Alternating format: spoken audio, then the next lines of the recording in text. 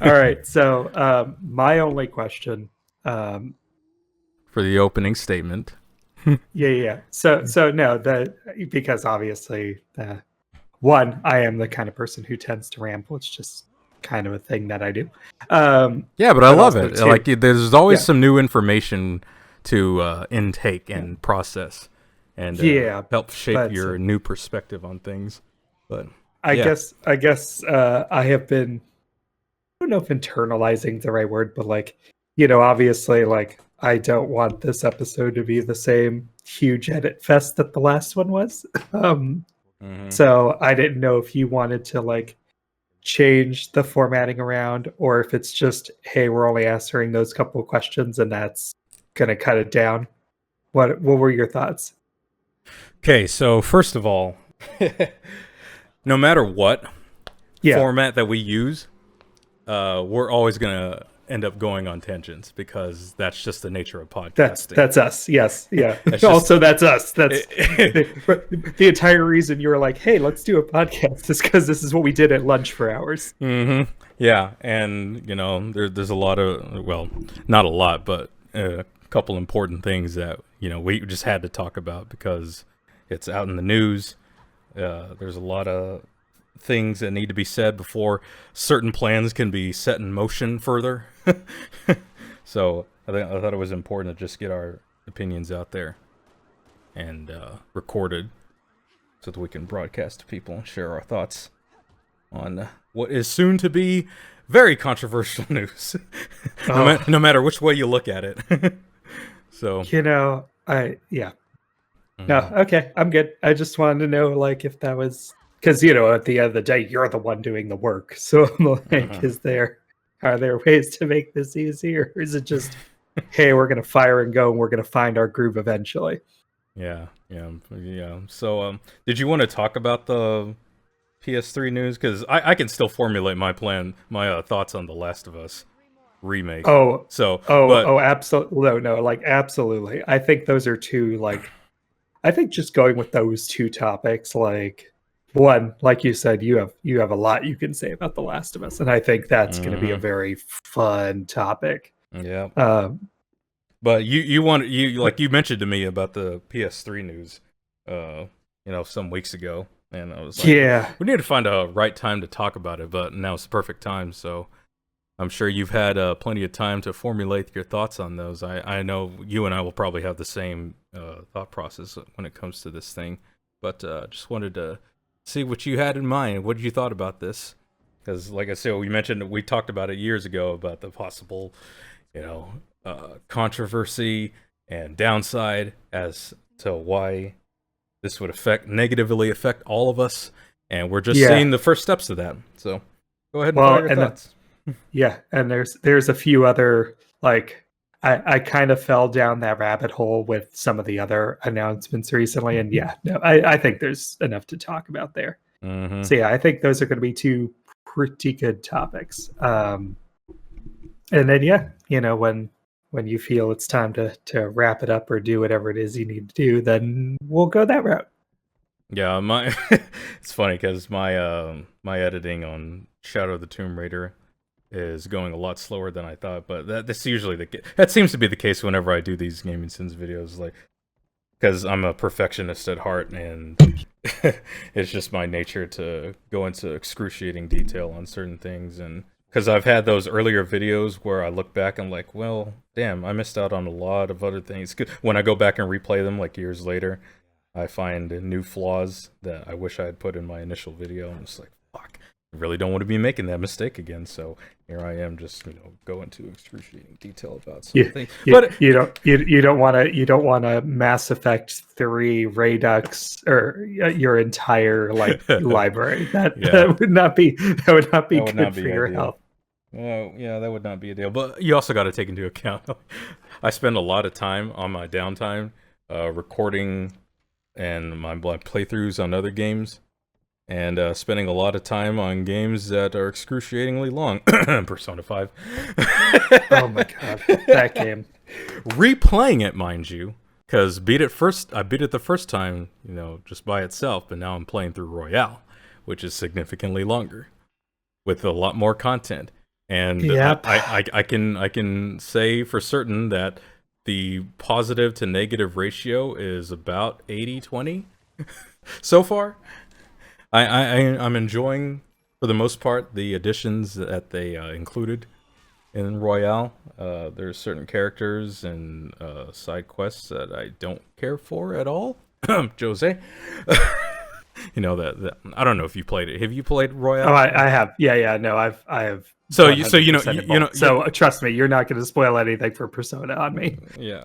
So you already know who I'm talking about. But anyways, Yep. yeah. Let's just go ahead and get into the first bit of news with this whole debacle about the PS3 and PS Vita finally shutting down their stores after, what, has it been like 13, 14 years since PS3 launched? What is it, 2006? Let's see. Yeah, so about Yeah, 14, that sounds about right. 14, 15 years.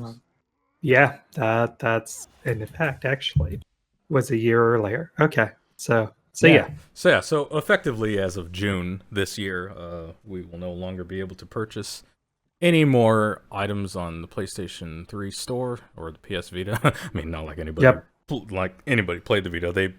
Sony practically abandoned that years ago. Anybody who plays the Vita hacked it anyway. Like, let's be real. Like, that is. So basically, all those PS1 games that you downloaded digitally that you may not have ever accessed because I don't know, maybe you never bought a PlayStation 1 or you sold it. Like a lot of fools that I know, not including me. I still have mine, thank goodness. Quarter century old, and it still runs perfectly fine. God bless, God bless old technology, man. At least they can last, unlike some of these products that are being, manufactured and released today. Fucking last a year and then break down on you. I mean, hell, we can't get controllers to last months without things like, drift. I can tell from my experience with the PS4 alone, I've had to get 4 different controllers, and not because I raged and threw them, just because their analog sticks were not properly manufactured. Yeah, I have a few PS3 controllers, and I have I think one that works correctly right now. Like the other ones have either like buttons that no longer like accept inputs on the regular. I do have at least one that has a stick drift. Like it's bad. Yeah, it's just, when you play games that have shooting in them, which is like 90% of games, like that right analog stick just gets a lot of use. Before you know or it. like a lot of action games, because a lot of times it gets tied to like things like dodge mechanics, or it's your camera when your left one's dodge mechanics. Like, I put a fair amount of God of War abuse into my PS3 controllers, and also add to the fact that nearly every damn game these days uses the right analog stick to move the camera. Yeah. That's gonna wear out like before you know it. Couple years that thing lasts before I need to go get a new controller, because whenever I play a game like after a extended period of time that I've used it, like it just moves on its own. Like it's very subtle, and it's not like like the old controllers where you would move the analog stick and it would just get stuck there. It's very subtle. Like it just stays in its normal position, but you see a slight turn in the camera, and I'm like, what the fuck is going on? Like I barely tapped the damn thing, and it's subtly moving my character, like trying to precision aim, and I can't because the damn analog stick is moving on its own. It's just like those subtle problems that just annoy the hell out of me. Yeah, and I mean, I'm one of those people that like in a lot of those style of games. It's been true ever since like the Nintendo 64. I've never been good with like incredibly accurate aim, like with things like sniper rifles and what have you. But like at least I can attempt it on PC. Like I start messing with a controller and just I can never like find that perfect sensitivity. And that's before dealing with any sort of drift. Like I get any of that and it's practically unplayable. So which topic are we going to hit up first? Are we going to No. The Last of Us? Or are we going to No. Just talk about the PlayStation news, because I feel like there's a lot of opinions that we can go in depth with that. Oh man, that sounds fun. Yeah, so go ahead and say what you got to say, and then I'll just follow up with that.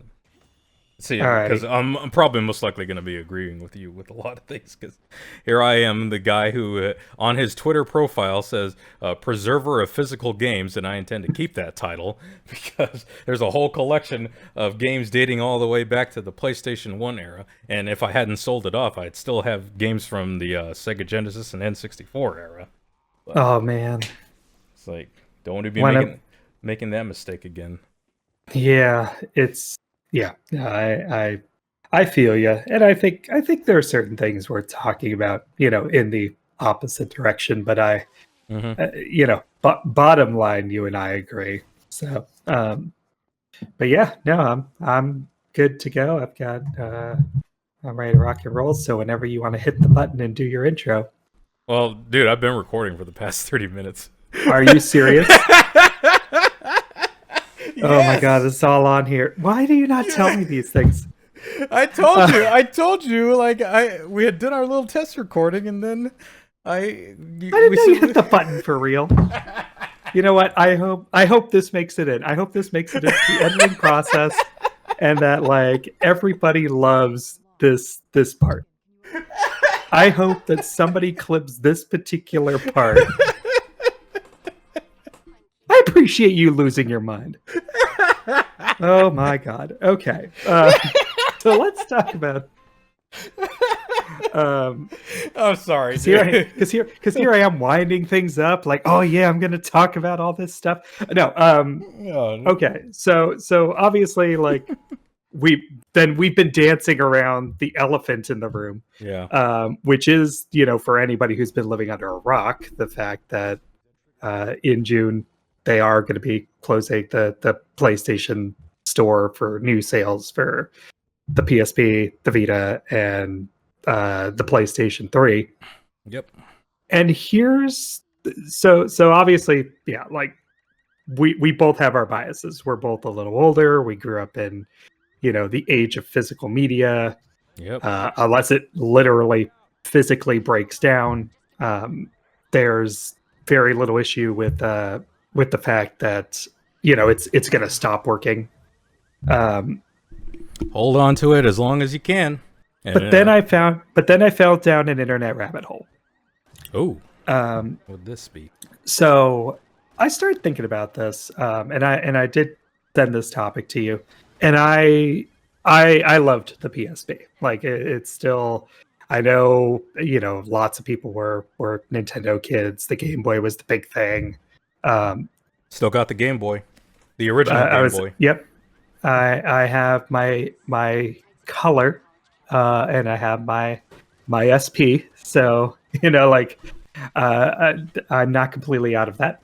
But then my brother actually was the one that got me into the PSP, because at the time I didn't have a portable console, and actually it was one of those things where he upgraded to I think it was the 3000 and gave me his old 1000.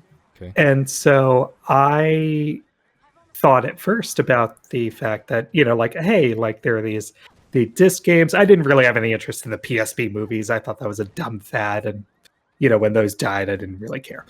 Wait, movies? Yeah. Oh, I must have missed out on this. They had UMD movies. They had like, oh God, I think Advent Children came out on UMD. Oh. I think like. So like a mini IMD streaming sort of thing? Or they were literally on disc. They were like little mini discs, because they held like 1.9 gigabytes of data, something like that. So like they were movies. I must have blocked that out of my memory. I don't remember that at all. Trust me, you didn't miss anything. Like trying to watch a movie on a 2. I remember wasn't exactly. I remember the N-Gage better than I do that what you just described. Oh my god, the N-Gage. Because I remember, what is it? Adam Sussler and Morgan Webb talked about it on X-Play, I think. Oh my god. Yeah. That's how I remember it. I didn't realize that they had movies for the PSP. Yeah, I must have they blocked did. that out of my memory entirely. It did not last long because, funny enough, you kind of hit the nail on the head. Like, obviously, the PSN started selling movies for a very long time, and that's a service that I think just ended recently because, of course, it wasn't making any money. Duh, big surprise. And you have things like all of these streaming services, and then but they want to friggin' Amazon. They want to keep PlayStation Now, though. Shit that it's completely useless. Well, I mean, it might not be completely useless if I mean, to be fair though, that's the only way you can play God of War 2 and 1. Because for some ungodly Jesus, my puns. For some ungodly reason, Sony does not sell the God of War collection like they did on PS3 digitally for PS4 and PS5. They'd rather just have those games tied to the streaming service, which just boggles my mind. But, I guess that's par for the course for, these recent decisions. None of it makes any sense. And so the thing that gets me about this, so obviously you had the first few handhelds, and they had these UMD discs, and obviously you could download games and all that. But at that time, the storage memory on these things was so terrible that, good luck fitting more than a couple on there. Mm-hmm. When the gigs themselves could be, as I said, nearly 2 gigabytes. Doesn't sound like much today, but when I think the original memory stick that I got before inheriting my brother's again was 256 megabytes. It was really only big enough to hold basically saves. It wasn't even big enough to hold actual games. Just a data disc at that point. But then I remembered, going down this rabbit hole, that there was a attempt at a online or a digital version only handheld, the PSP Go. And of course the sales pitch was hey, you don't need to deal with discs. They put a little more memory into the actual thing at the beginning. And it's the whole they talked about, but I don't believe it ever materialized, this idea of hey, if you have the UMD, you can also get a digital copy. It was basically down to the publisher, and all the publishers were no, we're not giving you a free game. That's the dumbest thing we ever heard. And so, of course, it flopped, and they quickly threw their money back into the 3000 before putting out the Vita. Vita went nowhere because, of course, they had this smart idea to be hey, the one thing that everybody needs that's really expensive are memory sticks, and we're going to make them different than the PSP ones because we're Sony and we're greedy and we want money. Yeah, almost like the dumb decision to use a cell processor, which no developer could ever work with, which makes it harder for it to develop games on, and that's why a lot of games went to the 360 in that era. And when they did go to the PS3, they ran like shit. Bayonetta. Yeah. No, my God, the PS3 version of Bayonetta is one of the worst ports I have ever played. Ever. Oh, you want to talk about bad PS3 ports? I was so excited when they announced one of the combo packages, the upscaled remasters of Zone of the Enders 1 and 2, because it was one of my favorite PS2 titles. PS2 version runs at a solid 60 FPS. And it's a game where it's all about that quick robot beating up on giant mecha beating up on giant mecha action, which requires precise aiming and action, because 60 frames allows you to move more fluidly and hit your targets more accurately. Yeah. So when the it was one of those times in my life where just money was an issue. So I actually waited long enough for reviews to come out, and everyone was the action gets up to about 45 or so, sometimes drops to nearly 20. And I'm nope, that's a hard no. That is absolutely not major what I want in a game like that. Major pass. Yeah, which is unfortunate because, obviously it flopped, and they're never going to make a third one now because nobody bought the... It's the same issue as, Square Enix, constantly re-releasing Chrono Trigger and then being no one ever buys a copy of it. Well, if you actually, invested in the IP, rather than just putting these lazy half-hearted ports everywhere, God. then people might actually buy it. Imagine the easiest job that you could possibly do. Just port the damn game, keep your resolution and frame rate the same, maybe improve graphics just a tad bit. You don't have to go and start from scratch. You don't have to build an entire game from alpha to beta to release. You just gotta tweak a few things and then release, and that's easy money. And the worst part about that is that ports of Final Fantasy, and this is, obviously, I'm a huge FF fan, but like, yeah, there is a particular, YouTube's a big place, and I've been watching a channel, I believe they're called Final Fantasy Union or something like that, but one of the things that they bring up is they've been streaming through each game sequentially. And one of my favorite things that they did was they actually put together these really good videos where they analyze the different ports of each game before they do the stream. Nice. Because the ultimate conclusion that they draw is like, this is the version of, say, Final Fantasy IV that we're going to be playing on stream, and these were the reasons why, right? So like they look at everything from like the OG American release to Final Fantasy II.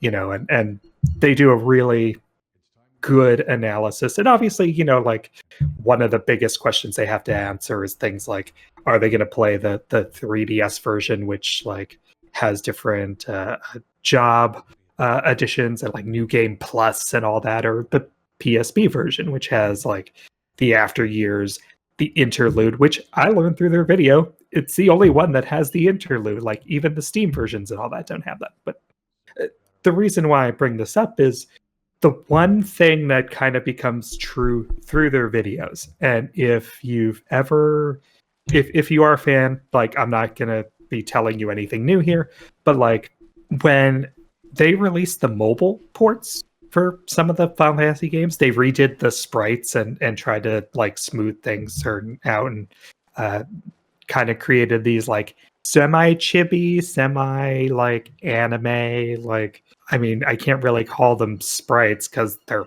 not. Yeah, like, they're not pixelated anymore. Polygon. They're polygon models. Yeah, and they look like ass. Like they do not look good. Funny enough, I think the sole exception of that is Final Fantasy V, but that's again, that's a personal taste thing, right?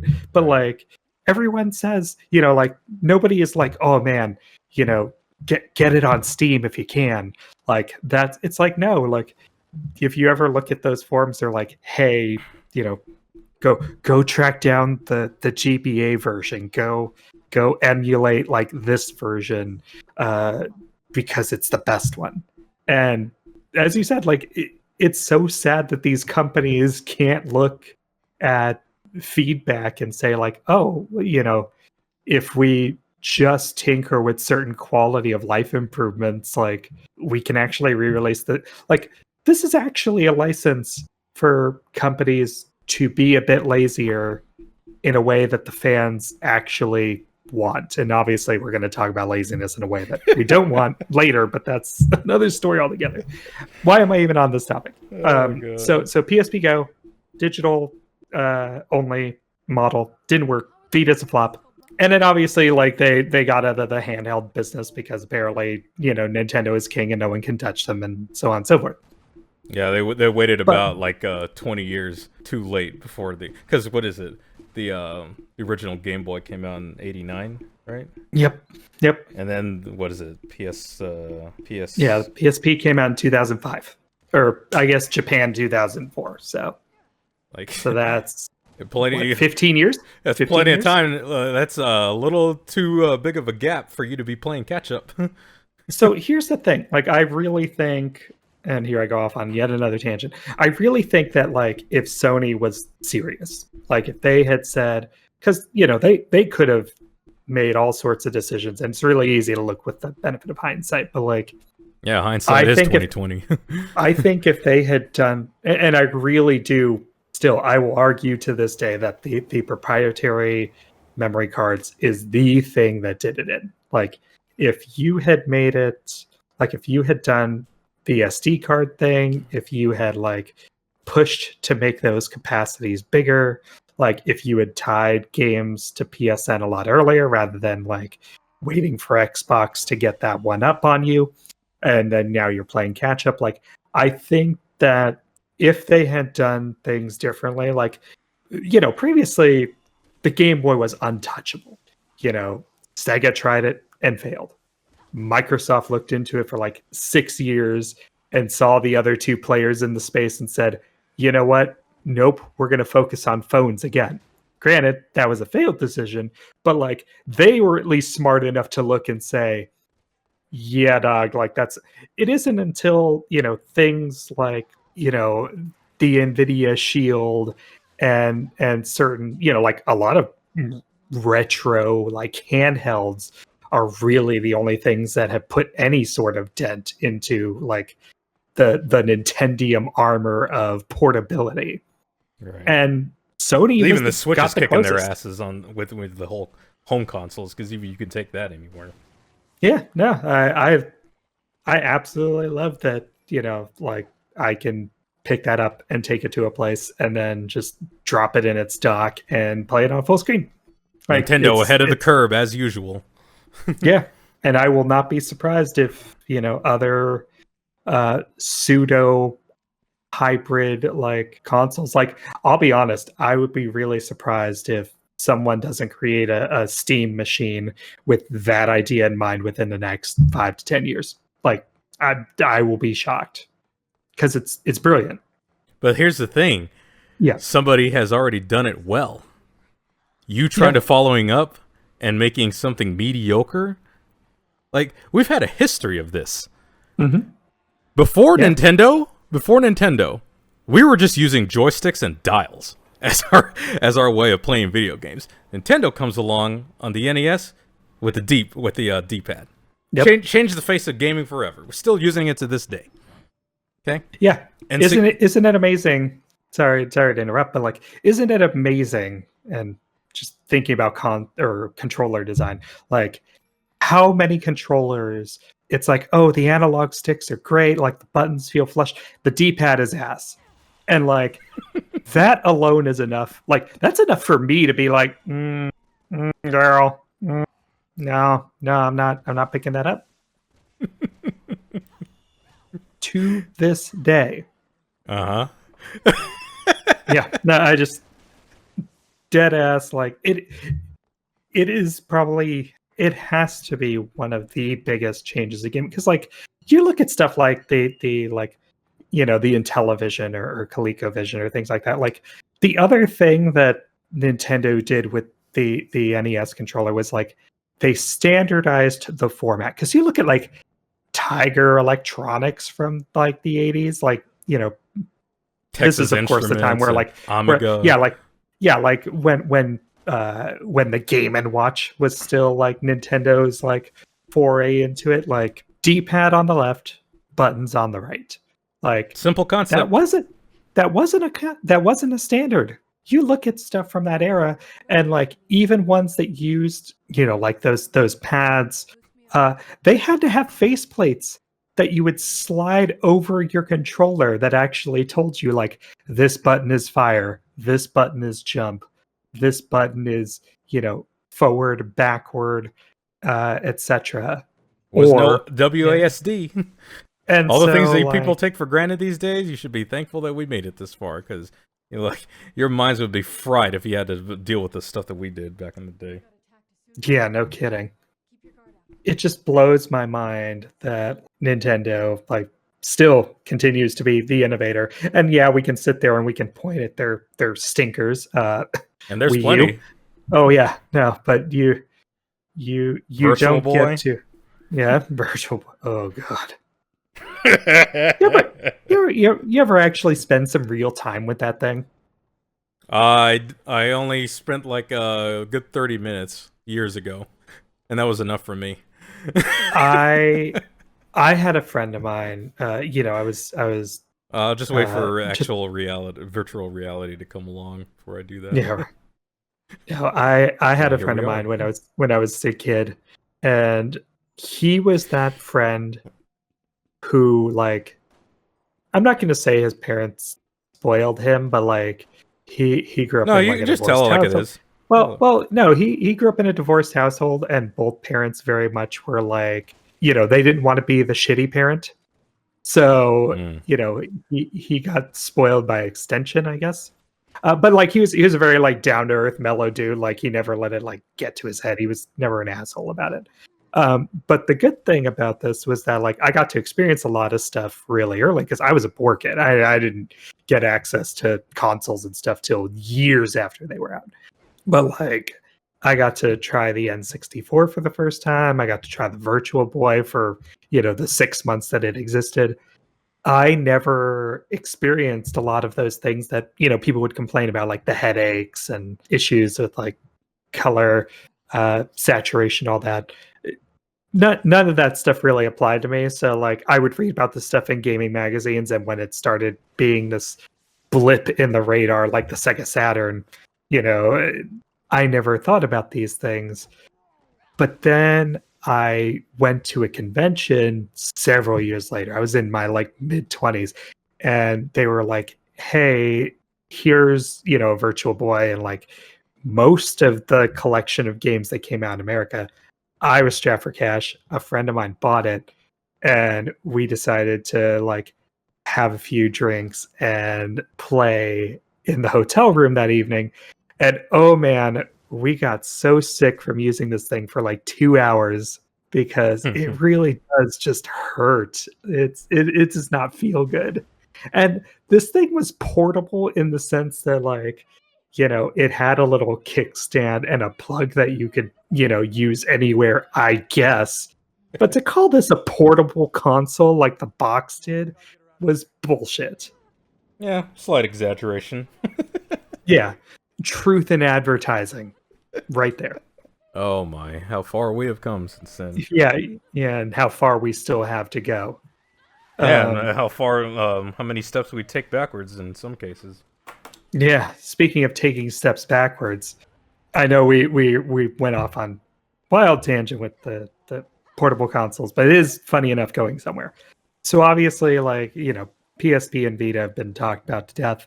But here's the thing that I think gets lost in this conversation Mm. is obviously like the PS3 component of this is the other like big factor. The fact that those games are going to stop being sold, and I'm assuming that with that, like any of the console classics that only work on PS3 so far, like a lot of the PS1 and PS2 games, Mhm. are also going to be the same deal. You can re-download them, but once they stop being sold, they stop being sold. And I obviously, you are the preserver of physical media. Like we kind of know where your bias is. I, for the most part, However, agree. Yeah. however, there is Hmm. there is one instance that's the only way that we can salvage this, and it's the What do thing you? that has been talked about, that has been demonized, but it's the only way, other than physical media that may or may not malfunction later on, whether it's your console or, like we mentioned earlier, whether you break the disc or whatever. Emulation. Oh, oh, That dude. is the only way. If this is the route that they're going to be doing, that they're going to be going in the future, this is the only way we can preserve the games, is digitally through emulation. Because the very idea of someone deciding that, hey, this game that you played years ago that you have very fond memories of, yeah, since we stopped selling it physically, and a lot of time has passed since we have sold it digitally, we're just gonna simple click delete it, erased from history, gone forever. You will never have the option to download it again. I mean, they said in their privacy or their terms, their descriptions, that you'll still be able to download if you have purchased it, but me being the cynic that I am, I highly doubt that that agreement will last for long. Yeah, I They're mean, how long is that going to be? Like, exactly. is that going to be, 2 years, 5 years, 10 years? Like, eventually, just because of the nature Eventually. of the and again, like, why would you stop supporting a storefront in the first place? Even if it makes you a minimal amount of money, like, it's still making you something. Like, it's because, security on those old architectures is going to get to the point where the technology is so old that it's untenable. It's going to be the fact that, you know, the purchases that are coming in are so small and infrequent that it's not worth the money to keep it. Like, there are practical reasons why a business would make this decision, you know, if you're just staring at a balance sheet, like, and looking at these sorts of things. So it's on borrowed time, like, full stop. But what if I told you it gets worse? Of course, I always anticipate worse. Oh, no. Do tell. So here's what I got for you, because not only, you know, for you PSP Go people that still have your consoles, like, I hope you bought your games, because now this thing is going to be a paperweight. But there was an article that came out recently, you know, and I know a few other affiliates picked it up. I looked it up on Tech Radar.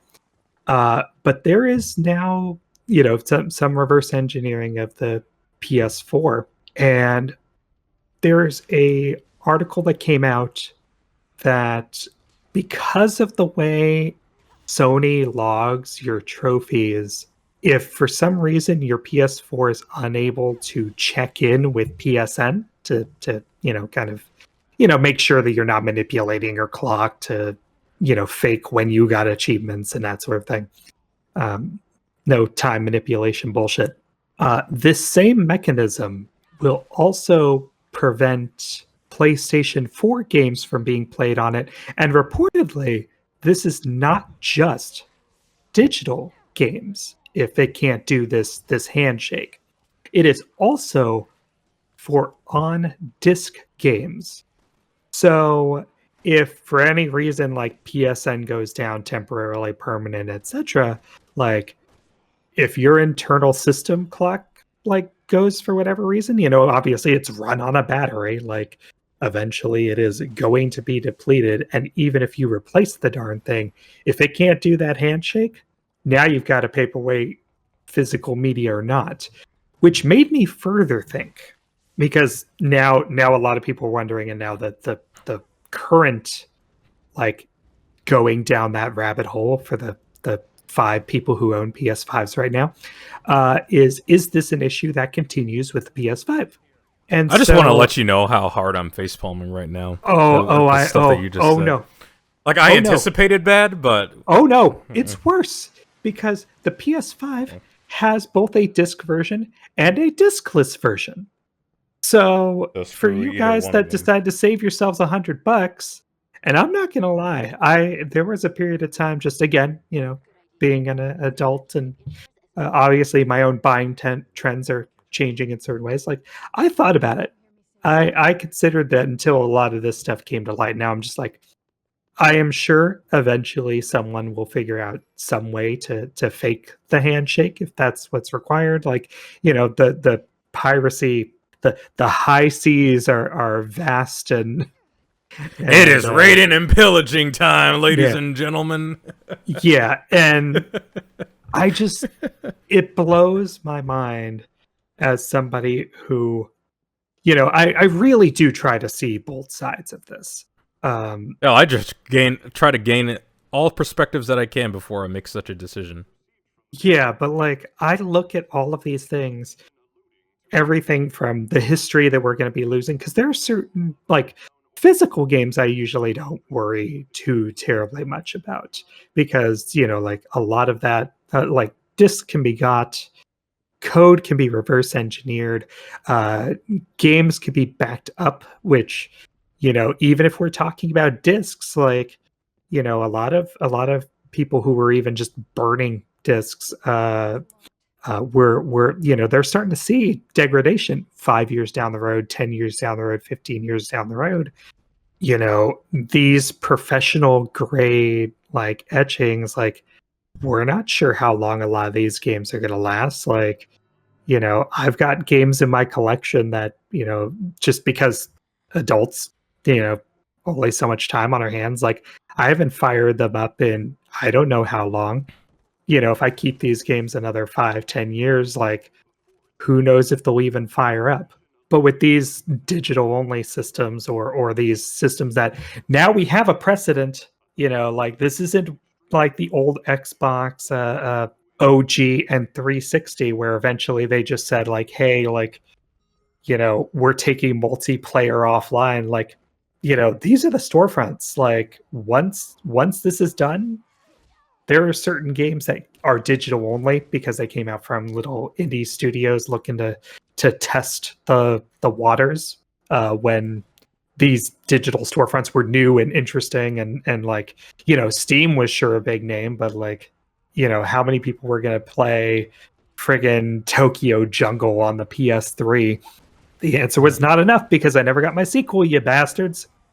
But now, again, like, thank goodness I have my PS3. Hopefully, like, it doesn't break, and then, if I bother to find a replacement, hopefully I can register it to my account, because if those services or those features become no longer supported, once it's dead, it's dead. Absolutely embarrassing shame. And there's one other part of this that I think really gets glossed over. Like, and I think you and I are incredibly privileged in the fact that we are Americans. Like, obviously Japanese companies care about their Japanese markets and they're going to listen to them the loudest. But, America's a pretty sizable place, and we are the second biggest. We're usually market number 2, unless you count the Chinese, in which case you can flip those. We'll leave that argument to people that are important. But like, the thing that gets me is people who live in kind of like those tertiary markets and beyond, like people in Europe who like don't get certain games or they get heavily censored. Australia, you're in this too. But like, people in, say, like South America or like, other regions where they are either significantly behind the curve, or they get things years and years after the fact, and because of internet infrastructure, like online only and digital only was never a factor, or is practically a non-factor. These guys don't have any choice but to pirate, or they don't have a legitimate storefront to get a lot of these services from. And so the idea that like, now, hey, you got this thing and it's already years after the fact because you struck gold at some import shop, and you take it home, and of course, English not being a primary language, you go through and either jump into English or jump into Japanese.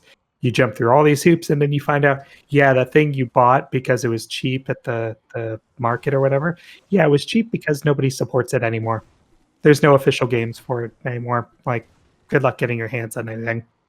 I feel like the only other way besides emulation that this could possibly be in our favor, because comic books, graphic novels, pulps have done this over the decades, just like reprints.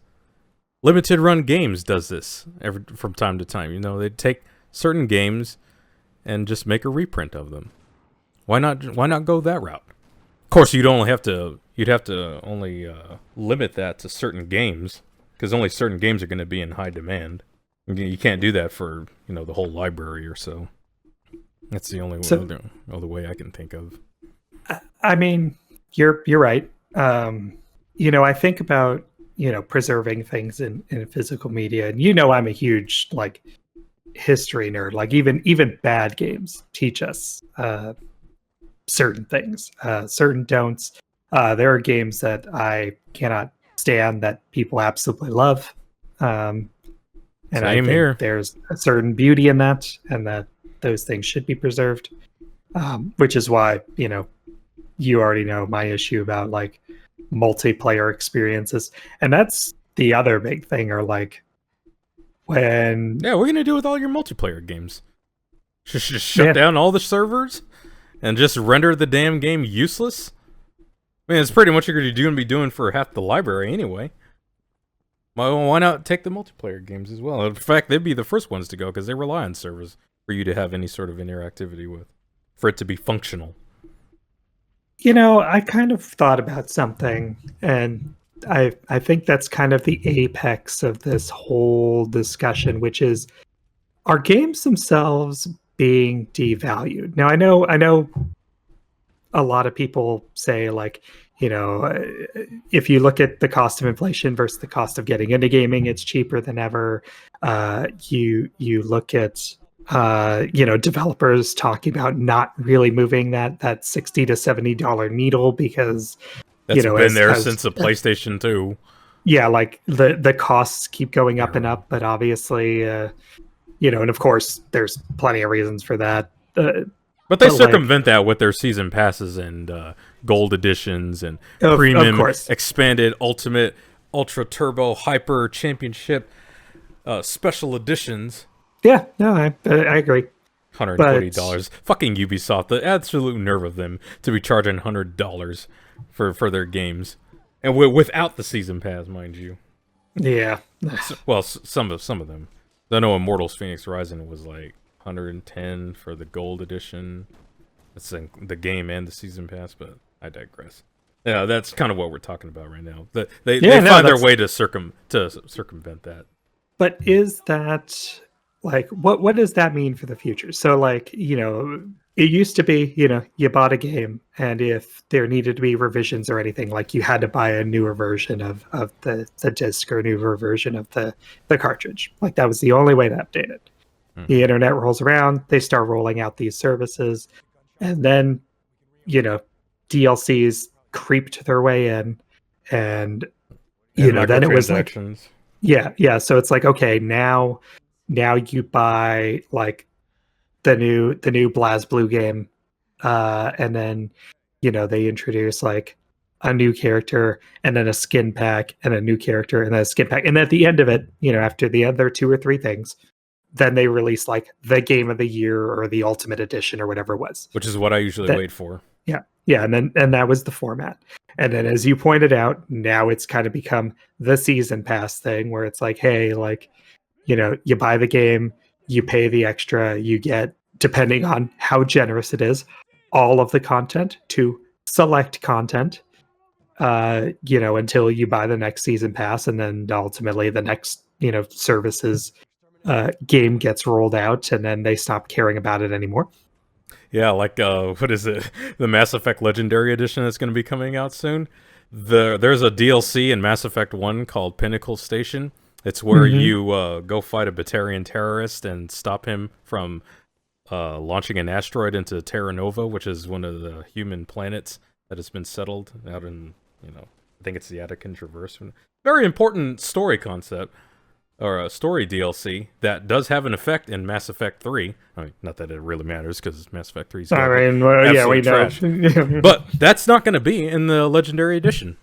So, like you said, like sometimes when they do the remasters or Game of the Year editions or Legendary editions for games that are like years and years old, sometimes even then they do not include all of the DLC. Well, and stuff like that bugs me. Again, like It's very annoying. I, because of my other job, I frequently like look at other styles of games. And though I actually play very few of them nowadays, like, I have a love for fighting games. It's not one of those things I frequently talk about, but like, I love the technical aspect of it. I love the skill required. I love, it's the same thing And that I the used to hype love moments, when I the got clutch when I, moments that yeah, come out. yeah, yeah. When Mwah. it's the same thing that I love in strategy games. As dead as most of those are, like, those moments where you get that final big push, and you can just hear the clatter of keys when you finally get past that perfect guard, or when you, like, frame clip into an attack, like, just stuff I just love. Like, I love it from a technical angle. And a lot of times, like, because I'm the kind of person, when I play those games, like, I used to love the collected thoughts, like collecting outfits, unlocking characters, like, that was always my jam. So obviously the DLC era rolls around, they start charging for everything, and I'm just like, ugh, okay, like, I hate the fact that there's no It's skill in it. You know what I mean? Like I didn't have a problem with certain ones. Like for example, certain Soul Calibur games. Four is the one that pops into my head where it's like, hey, like you can unlock all this stuff in the game, but if you're just looking to like very quickly like unlock certain weapons, unlock certain like if you just want to pay to unlock stuff, play the multiplayer with friends, or if you're doing stuff at shows, like you don't want to put in the hours to do all that stuff.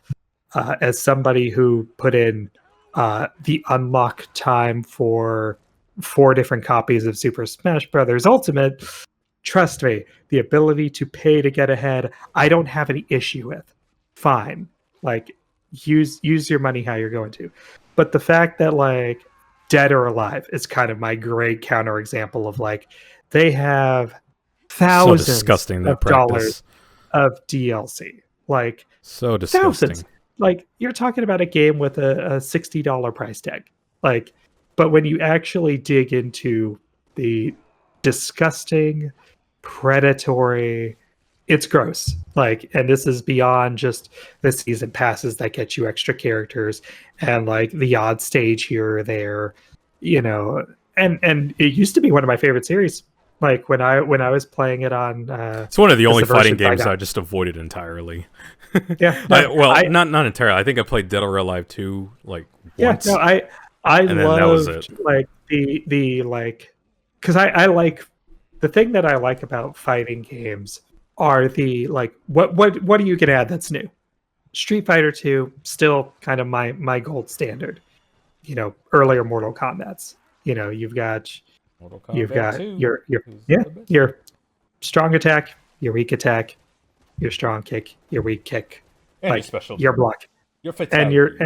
yeah, and your specials, like that's it. And your specials are usually a combinations of said button. Like that's a game at its most basic elements.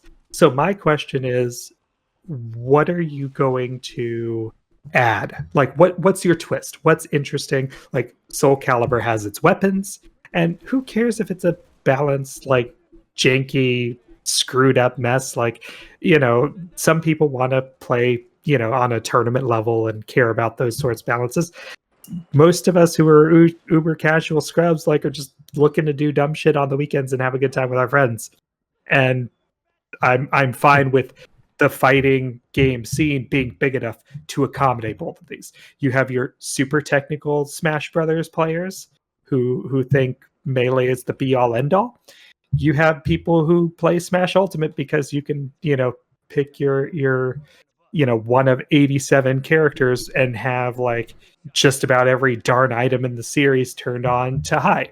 Like that's great. I love that. You know, And thank goodness we got the new generation of Street Fighters, because like yeah. many years ago, I just watched Gutex and Mike Ross with their Mhm. excellent adventures, but you know they had their time in the sun.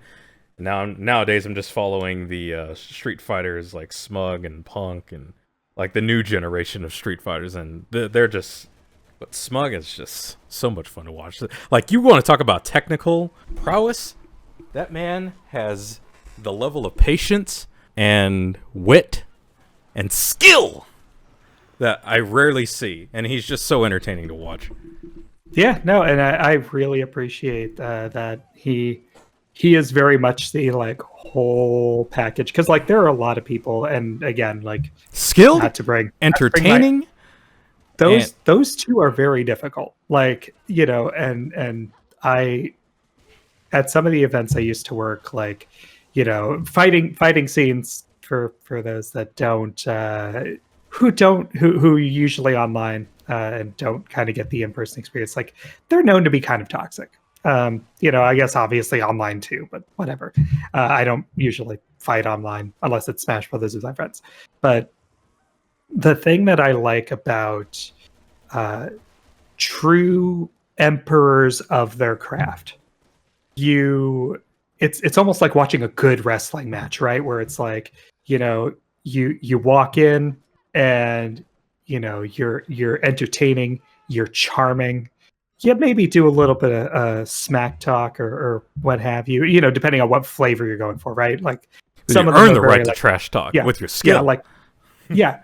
But the thing is, and some of them, that's what they do. Like they're very nice about it. They're very cordial about it. They're very much like, aha, that's cute. Because again, what's the thing that talks the loudest? The match. Like we used to have a kind of low key rule where it was like, hey, like, you know, it starts with a handshake and it ends with a GG. Everyone walked into those tournaments and those things, and a lot of them knew each other because even before my time, like they were from the old days of fighting game tournaments where decorum didn't mean anything, where just shit talking was the thing that people did, and I'm just like, no, like fuck that, like bring something else to the table. Don't just say like bring some class and pizzazz for once. There's a big difference between being like, haha, you suck, prepare to get owned, noob, versus like, man, I hope you're working on your guard game. It's looking a little weak. Yeah, man, you better bring your A game. I'm really hoping that you got some combos that you can string together. Yeah, you haven't been able to do it the last few fights. Come on, let's go. Let's see what you've been working on. Encouragement through discipline. Oh man, I love the head game so much, because ever since some of the changes, again, in my other job, like, man, listening to the quality of people's trash talk and like the way that they really try to get into their opponent's head has just been chef's kiss. Like it has gotten so much better, and I'm glad that like what I've seen on like the local like convention and party level, like I'm also starting to see on like the Twitch and Evo level of tournaments. And I know a large part of the reason why they steer their direction is they're worried about their sponsorships, they're worried about their perceptions, I guess, the outward appearances. It's the same reason why you look at something like the Games Done Quick series, and you've kind of started to see like a certain amount of like trash talkiness and even a certain, I would say, PC-ness, because I don't think that's quite right, but like people just understanding that like, hey, people are throwing a lot of money at this thing, and being associated with like overt racism and sexism is not a good thing. I'm glad that a lot of those things can still, a lot of the a lot of the fun sportsmanship stuff, like again, like the trash talking, the like I hope you brought it today, because I'm ready, cracking my knuckles, even though I can't actually do that in front of the microphone. Go. Yeah, like I love, man, you get a good announcer on a get Kenny Omega to be your announcer, and you'll just have hype throughout the entire tournament. Dude, like I have been watching him and James Chen. Yeah.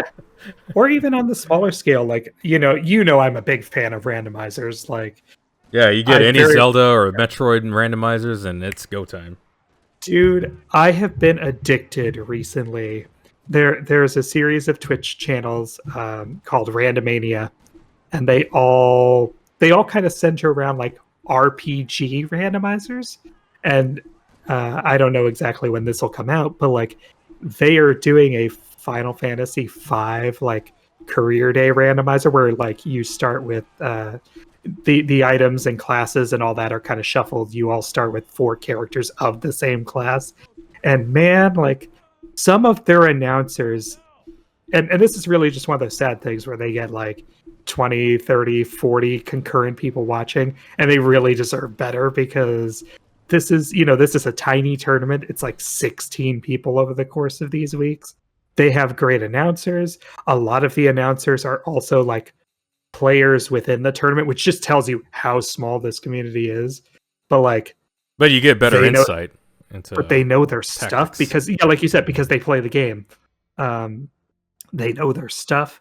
They are smart enough because they have an understanding of like the games and the checks and that sort of thing. Like they understand like, here are the hints that they have found as far as what unlocks need to happen. Like here are the different routes they can go. And it's it's the kind of technical stuff that I expect to see from the fighting game community in like RPG form, and I really hope that like these groups just continue to grow. Like I really think that, especially, um, because we were talking about things like ethical piracy, like does it, is it a thing? Because a lot of these regions aren't officially supported.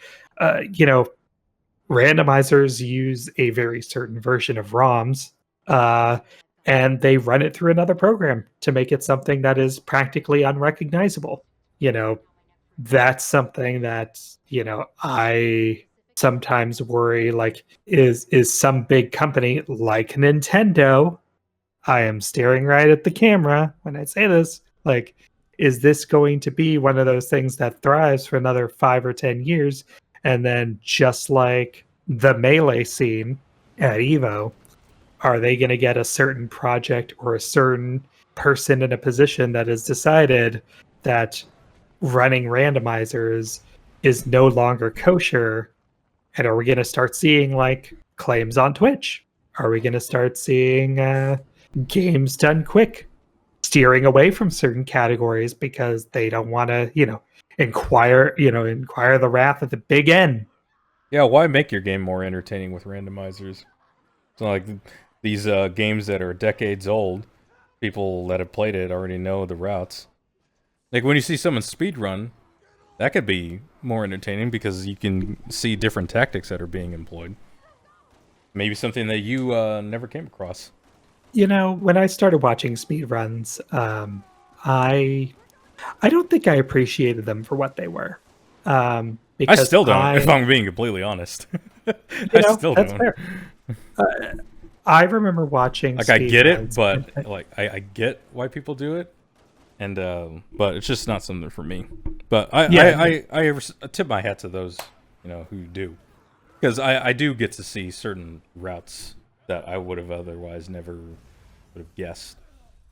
Yeah, and for me, like, I remember one of the first ones I tried to watch. I don't remember what RPG it was. For all I know, it was FF5. But I remember like seeing certain areas skipped and certain dialogue just kind of glossed over, and I'm like, but the game's story is half the fun. Why would you skip that? And so like, so for a while, like I largely wrote it off, and I wrote it off until I started doing a Link to the Past randomizer because, like that's a game that I had played so many times. Like I probably could recite the script. It's not a particularly long one. And, certain parts of the script are cut out because it's used off of a Japanese ROM because less text boxes to load.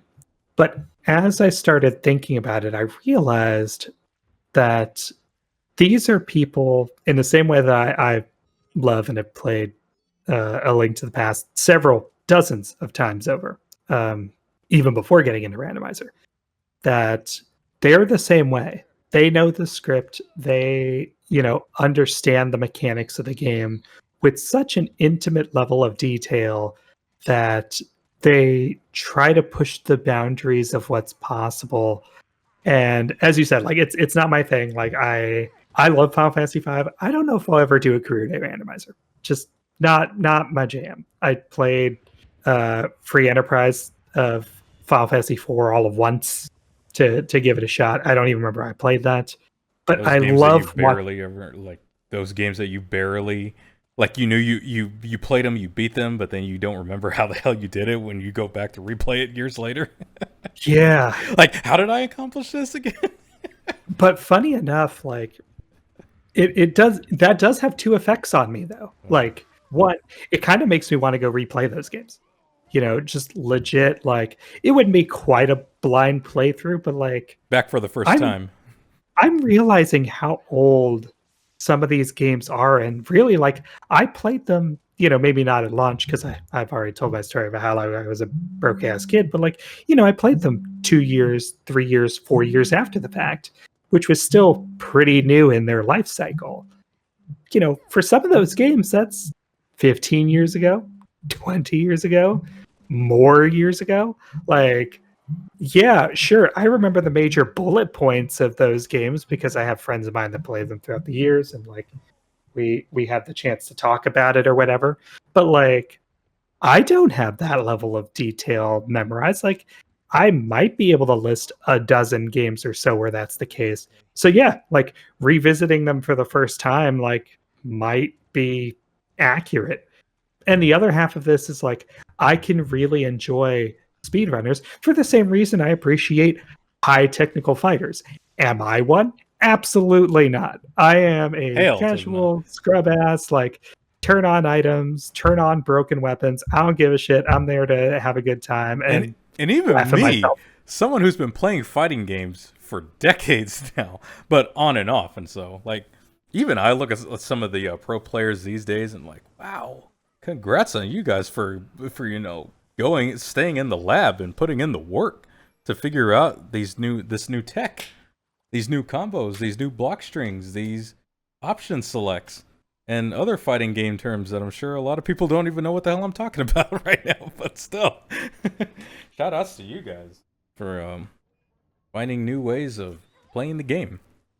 I remember in particular that someone when I was when I was trying to understand because I was not involved in like any sort of official sanctioned tournaments for a very long time. Like it really was like around 2010 or so that I started even staring in that direction. So for me, I I never really understood at that time. Like Brawl had just come out, and some people were like, "Oh, like Melee is going to be the tournament game," and this and that and the other. And like I didn't get it. It didn't really like do anything for me. Like Brawl had more or at least different characters and blah blah blah blah. But then I had a very influential friend of mine who like sat down and played a melee match with me, and like he was like, all right, you noticed how this happened, how that happened. Obviously he completely destroyed me because he's a tournament player, I'm a casual player.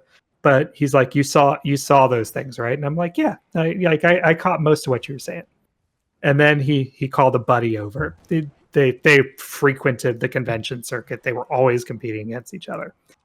And then he's like, "All right, now watch this fight. Same characters, same arena. Of course, it's Final Destination because what else would it be?" And there was all sorts of stuff that I did not see, like certain characters that like didn't move, but a hit registered. Certain times where like things would disappear from the scene just for a frame. Um, Frame data is really important in that kind of thing. uh, yeah, and when I finished watching the match, he looked and he goes, "Do you understand anything you just saw?" And and I'm like, "I think I saw something like this." And he goes, "That's the difference right there." He goes, "We are playing two different games. And in order for you to understand like the rest of this, it's like that scene in the Matrix, where he realizes something is off, but he hasn't quite taken the pills yet. Hmm. He hasn't gotten that choice where it's like, you need to notice that first." He basically told you, "See us? We're playing chess. You and Yeah. I were playing checkers." Yeah. And I started with four kings. Like, yeah, exactly. But it made me appreciate that even though again, like that's not my style of game, I'm not like that if I were ever to like enter the gaming space, trust me, that is not the place I'm going. I have zero interest. But Hmm. like I love watching it. I love listening to commentators about it, and I love learning about it because there is some really cool stuff out there that just blows my mind as far as like the things that people can do and just the sheer The skill sheer and depth and practice. skill, like, yeah, the sheer depth that you can go into a fighting game and the amount of tech that gets added and tweaked over the years with patches and updates, like, that's the one positive that I can give because the new techniques that they add, the tweaks that they make to certain characters, certain buffs, certain nerfs that they give certain characters, the amount of depth that you can go into with these games is just unbelievable. There's always something new to learn. And that's the beauty of it. Yeah, and it's amazing that like even with the games that like are considered classics, like it's amazing that especially in the speedrunning community that they are still finding like new exploits, new tweaks. Like one of the ones that Summoning Salt does absolutely amazing videos on these is because he'll do videos on the history of speedruns. And one of the things that has been brought up is, Super Mario Brothers 1, the OG. Like it's basically optimized at this point. And of course, like he talks about the idea of like going sub 5 minutes and how like the timing specifically works as far as like frames and when things get captured and so on and so forth. But at the end of the video, one of the things that is mentioned is that because of the way that it counts, I think it's every 3/30 of a second or something like that, like it is still theoretically possible that someone can go one increment lower than the current record that exists. As optimized as that run is, like everybody has this knowledge because, speedrunners, like originally when I was involved with like the Mega Man X speedrunning community and all that, like people kind of kept their secrets to themselves. Like, video footage was not really a thing in the early days on like Speed Demos Archive and all that. You largely took people like at their word, and forum posts were kind of the way that like people figured out things.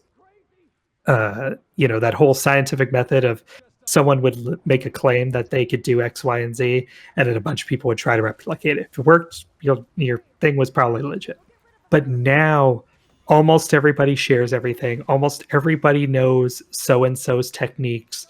And the fact that it's theoretically possible to get that one increment lower, but nobody has done it yet, is the craziest freaking thing.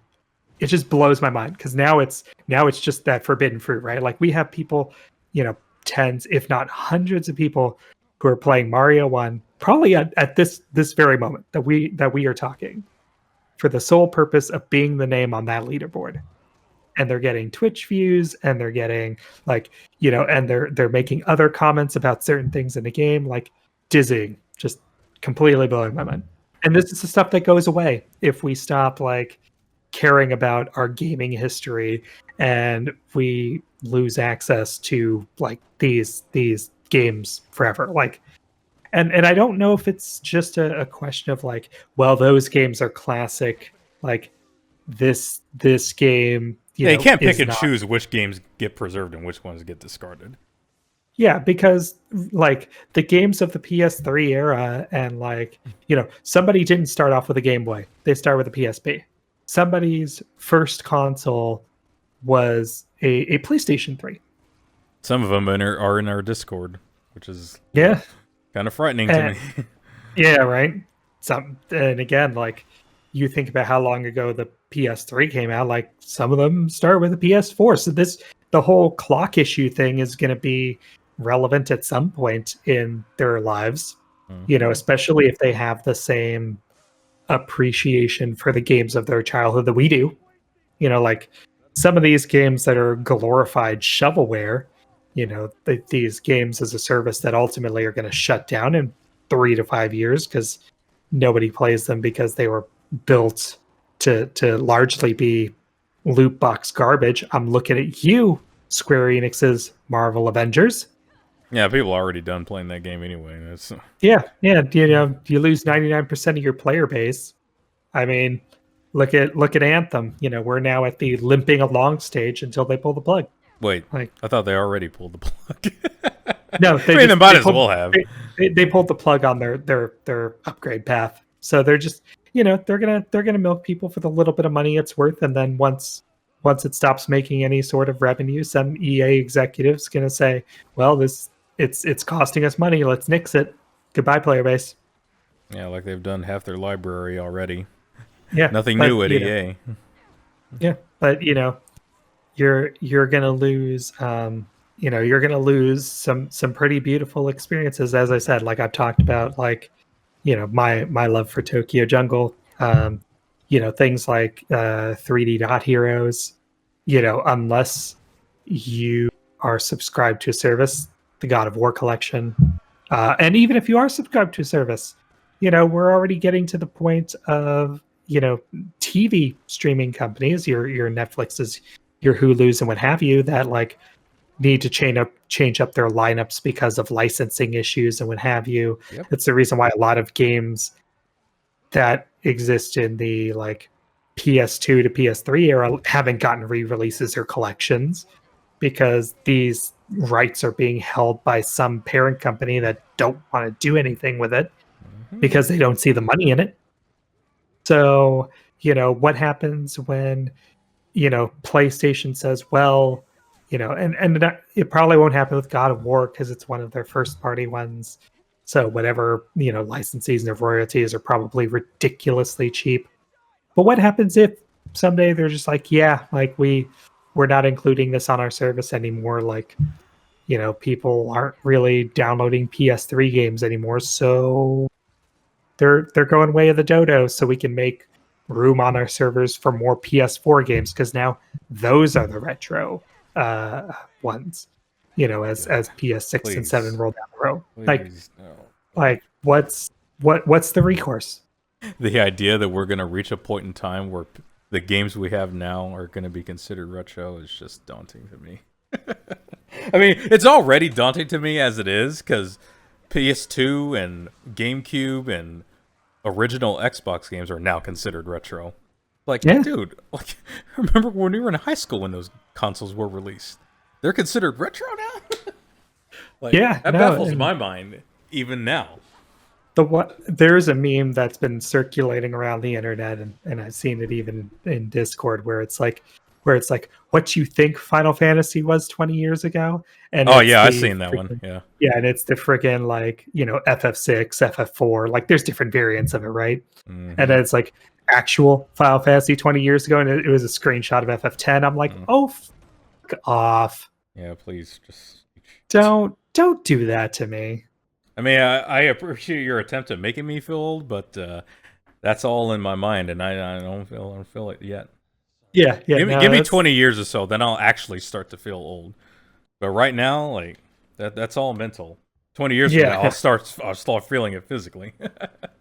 I don't know, man. Another 20 years, I'm still gonna feel young, because I'm gonna be like, oh man, look at all these cool games that came out that I never got a chance to play, and someone figured out some way to preserve them or emulate them or whatever it is that I needed to do in order to get access to them, because like I never had a PS4, and I'm gonna be tipping my hat to those guys, because it sure as hell isn't gonna be Sony and Nintendo.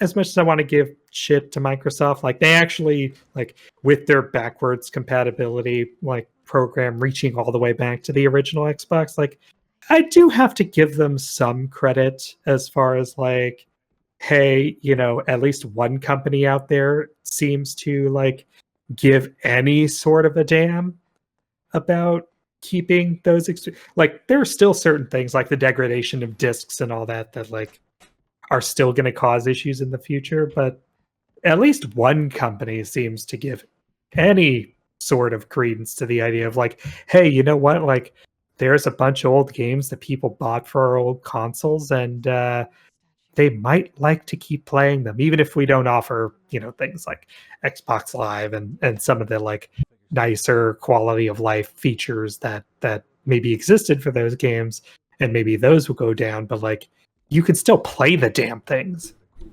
Yeah, it's just we're just going through another cycle. We already gone through this, because there was the era the PS2 was dominating the market, and then Sony got cocky, and then the PS3 had their launch. It was a disaster, and they spent the entire cycle recovering, and they topped it up, and they managed to recuperate in the end with The Last of Us, which we'll be getting to later. And then Microsoft dominated that era, and then Xbox One came out. They got cocky. And they spent the entire past generation trying to recover, and Sony dominated. And now it's like we're repeating the cycle again, where Sony's getting cocky and Microsoft is doing what they can to help the consumer. The the proverbial arrogance and stupidity has skyrocketed into the exosphere, and self-awareness has taken a nosedive into the Grand Canyon. Basically, these questionable decisions that they've been making. And then, of course, you have Nintendo, which like largely competes with itself nowadays because you have, you know, they always the Wii have. pop up, and you know that was great in terms of the numbers and in terms of at least some quality games coming out. But obviously, you know, with quality games comes a ton of shovelware.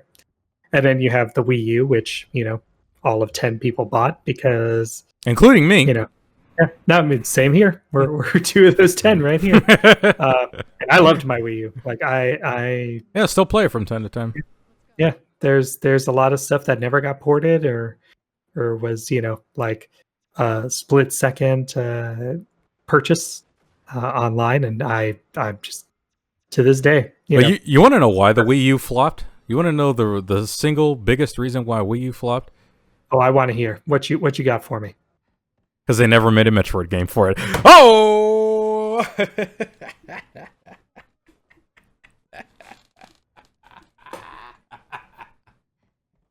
Yeah, and they're not telling making you. one for the Switch yet either. So telling you that's the way to save your. I'm just kidding.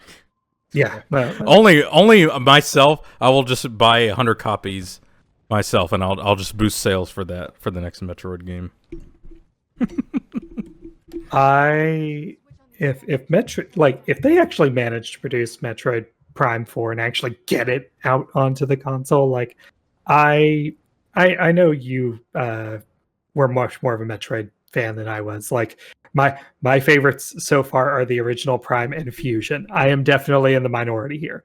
But like I am so excited by just the concept of Metroid Prime 4 that like whenever it actually pops up, like I will buy it. I will play it. I am almost certain that I will enjoy it unless, you know, it's garbage. Like I even enjoyed the other two Prime games. I just didn't enjoy them as much as the first one. You know what franchise is like dead, buried in the ground, and I am so tired of seeing their representative in Smash when they won't give me another fucking game. Hold on. Go for it. Oh man. You're sick and tired of seeing it, but you want another entry too? What game do I want? Shit. No, it's not Star Fox. It's not Kirby. I was saying it is not Star Fox. I got my Wii U fix, so I'm giving them a pass, even though that one was not a particularly great game. It can't be F-Zero. Yes, it can. Are you serious? That's it? F-Zero. My man! One of the best. Like, I switched to Wipeout during the PlayStation era because Nintendo refuses to give me a game that is about ridiculous speed, incredibly insane turns and jumps. Like, I don't need it's like, you know, some people grew up with like the Star Wars prequels, and they're like, yeah, pod racing, like that, you know, that concept was cool, even if like. But did you try F-Zero? About the sound, but like I had F-Zero, and like that release, I think it's the GameCube one. Yeah, like is GX. GX. Yeah, GX. It is one of the hardest games I have ever played and beaten. And it is one of the most like technical, nerve-wracking, like I never feel like a race is done until first place rolls in. And and like it has nothing. So you understand. When I talk about, you know, because contrast it with something like Mario Kart, right? Where it's like you've got your item wins, you've got your like, you know, your technical side of things where you can, you know, avoid certain obstacles. Sometimes there's multiple paths to take, and And like all of that kind of combines into one complete package. And it's a very different kind of fun. I love Mario Kart 8. But there is a very big difference between that and being like, Pure I have speed. my buttons, the finish line, and blazingly fast colors flying by me as I am just zooming through these completely impossible, incomprehensible tracks. And for Captain Falcon being one of the like original Smash Brothers OG, the fact that there is not a modern F-Zero game with the technology that we have is a crime. But hey, Sage, don't worry about it. You can always play Redout and Fast Racing Neo for your F-Zero fix. Nigga. That's what I've had to resort to playing to get my F-Zero fix. I'm glaring at you. I am so mad that you're right. And I'm just, again, like, and it goes back to that whole, like, yeah, even when I was in my, like, Wipeout phase, like, you can come close. You can attempt it. You can't do it like Nintendo. I'm sorry. Like, the intricate design of the tracks is just something you cannot replicate with your own version. You can try with the speed. Yeah. You can try with the boost. But the track design? Come on. You're going to have to do a little bit better than what you got if you're going to hold a candle to F-Zero. And the soundtrack, too. You need to have a good soundtrack. And, man. Like, these other guys, you know, the putting tracks that you would hear in Daytona, USA. Well, and that's the thing is like Nintendo has this perfect ability when it comes to music, like because again, like the entire point of F-Zero is go fast. Faster than anybody on the planet. But faster than any video game producing. But not every song goes fast, or at least like not fast all the time. Because like a lot of these clones, like you know, they will pick like you know something. They're like, hey, as long as it's 180 to 240 beats per minute, who cares? Like you know, throw it in the synthesizer, like make some noise, and like you know get that fast feeling. But like Nintendo has this wonderful ability to like you know you start off at the beginning of the track, right? Both in terms of music and in terms of racing. And so it starts you off with something slow. You know, think Big Blue, where it's like there's a very steady build up to it. Yeah, and it's like da da da da da da da, and then as you start making those first few turns, it does like the drop and the like yeah.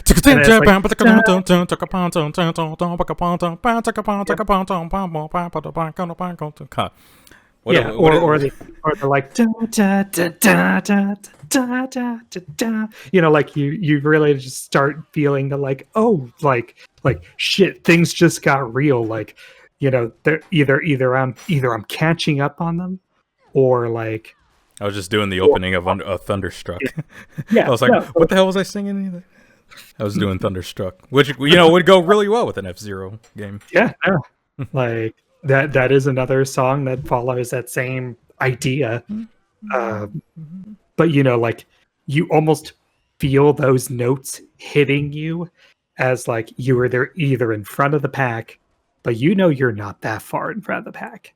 Or you're behind and you see that racer that's in front of you and, you know, F-Zero style, like you need to get in a certain place to you know, stay in the race and even get that turbo lap, energy real quick.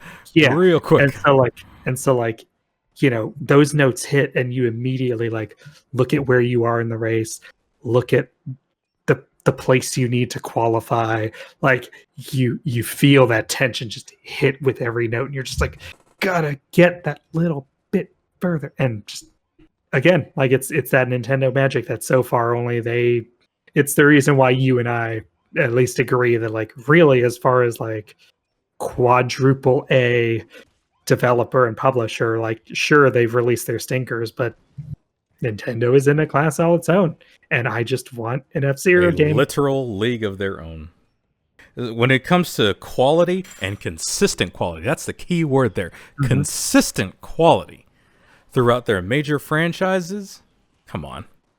Can't hold a can. Like, Sony exclusives have like 2 or 3 generations at best before people forget about them. Hell, even one. Siphon Filter is one of my favorite franchises of all time, but that had 3 good games, and they were all on the PS1. Once they got to Omega Strain, it was all over from there. When they transitioned to PS2, it was done, and it has been dormant since. Nintendo has had games that span to years before some of us were even born. Like around the time, their consistent quality has been around since we've been alive.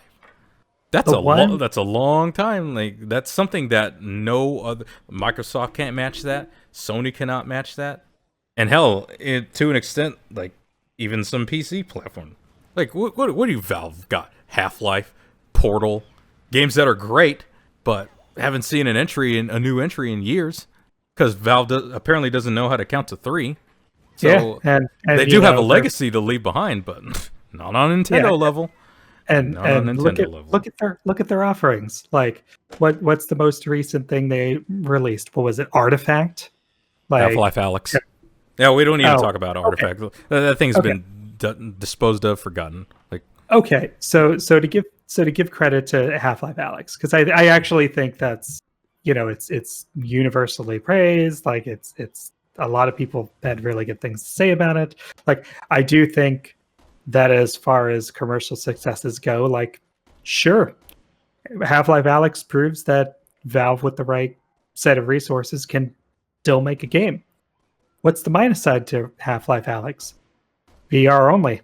You don't have a, few $100s to throw into getting your feet wet in that environment, not to mention the cost of the game itself. Well, then, too bad, so sad. And then I actually think glossing over Artifact is a pretty bad idea, because, like, that's what they released that the masses could get access to.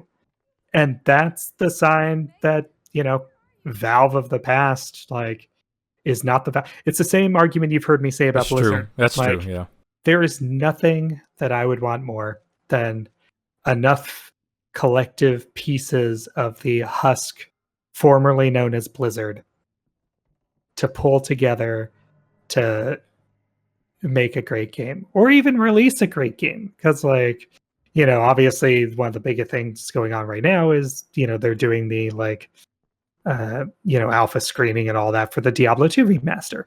I've seen some people streaming parts of it and what have you, and, like, it actually looks all right.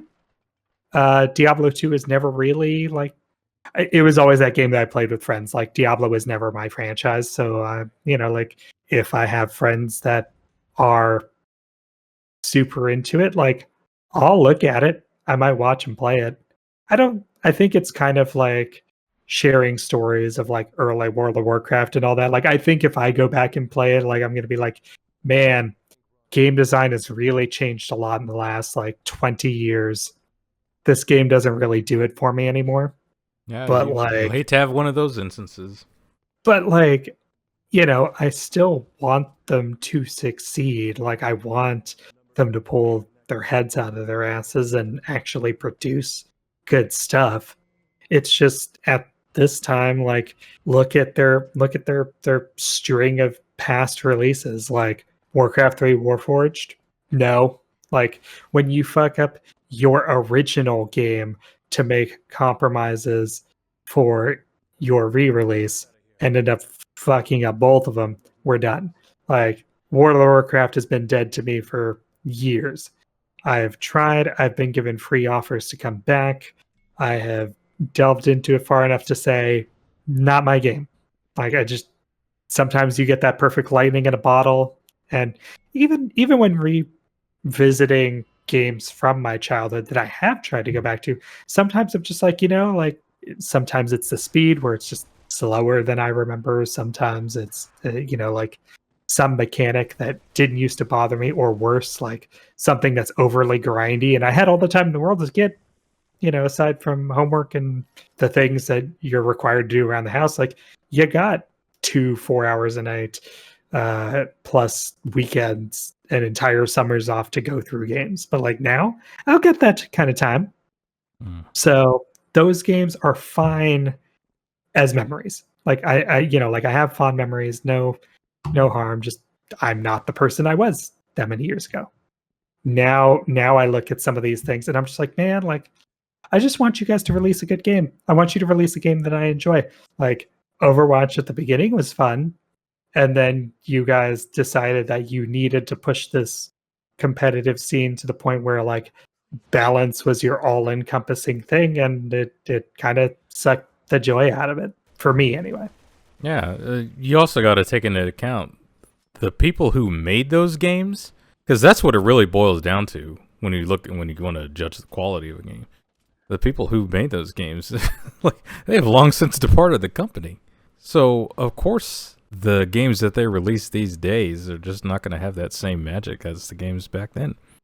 When James Olin and Brent Knowles and Drew Karpyshyn left BioWare, they were never the same. Knights of the Old Republic, classic. Jade Empire, classic. First Mass Effect game, classic. One of my top 10 games of all time. Dragon Age Origins, classic. Been downhill ever since Mass Effect 2. And it has just continued to spiral down into oblivion. And the people who made the mistakes in the first place, Casey Hudson and Mac Walters, who were responsible for that god-awful piece of shit Mass Effect 3 ending, they're still there. They still have not taken any responsibility for their mistakes. They have not learned, yet they're the ones that are going to continue to make the new Mass Effect game. And you expect quality to improve. It will never improve unless you change leadership. Until you get people on your team that actually know what the hell they're talking about. But that's the industry that we live in these days. It sucks that the fond memories that we have with these franchises, they're just that. They're just memories. I think part of that really has to stem from being, I don't know if it's being a pickier consumer, but like you do kind of, I don't know if it's an era where like you have to do additional research ahead of time. Cause like, growing up in like the Super Nintendo and the PS1 era in particular and really enjoying RPGs, like there was a certain expectation set that like, some of them were turn-based, some of them explored the idea of like, ATB / like moving into real-time stuff. But like you had this certain understanding of what an RPG was, at least, JRPGs in the West. And I guess by extension, there was a certain quality expectation. Nowadays, going back to the fighter game analogy, like you don't know if a game you're getting is going to be like, a legit, fun, complete technical experience. And, the DLCs and what have you are to like just help kind of prop the game up or even make it survive. Skullgirls kind of being a great example of this. Or using the Dead of Alive example, where it's just, like, hey, we're going to include the minimal amount in where people will pay $120 because let's face it, whoever is going to buy this game is going to pay the sticker price and season pass. And then we're going to, piecemeal in the rest of the DLC and nickel and dime people that way. Like I wonder, and maybe this is just a bit of a stray thought, but I wonder if games themselves have a certain like devaluation. Because like when we were kids, maybe your experience was a little different, but I was a pretty poor kid, so like I got games twice a year, if you didn't count renting from Blockbuster. My birthday happens to be very close to the opposite end of Christmas, so like it was like every 6 months I got my birthday games, my Christmas games, and that was it. Like unless like my brothers like bought me a game or something, but like that's how it was in my house.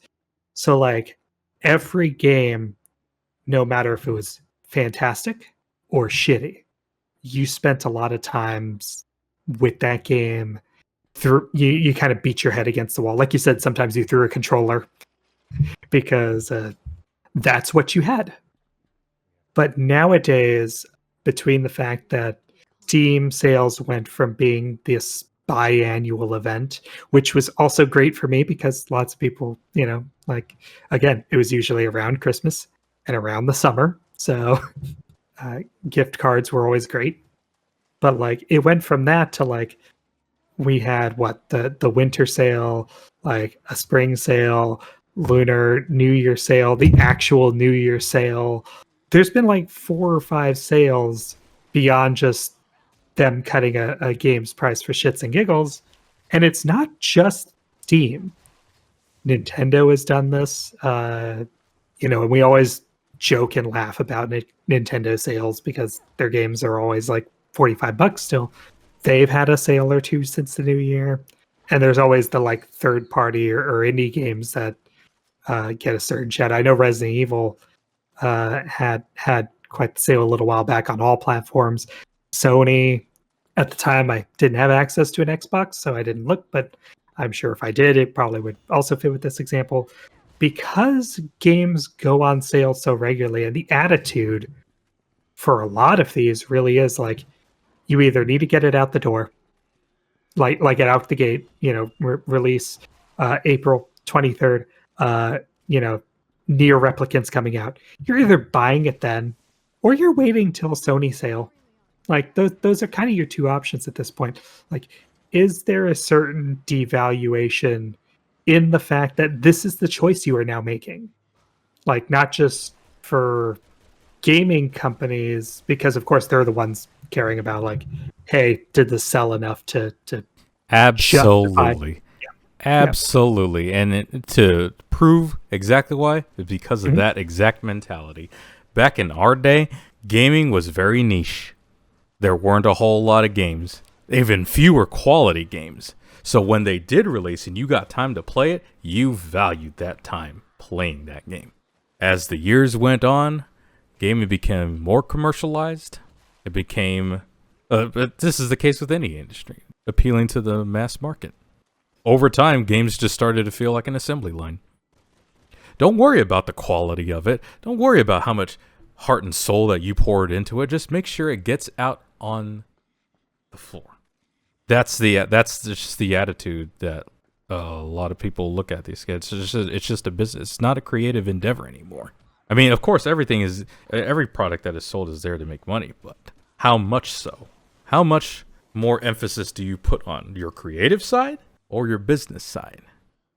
And the gaming nowadays is way more about the business than it ever is about if you want to look for creativity, you got to go to the indie titles, the middle market games that people like Focus Interactive make. They're more experimental.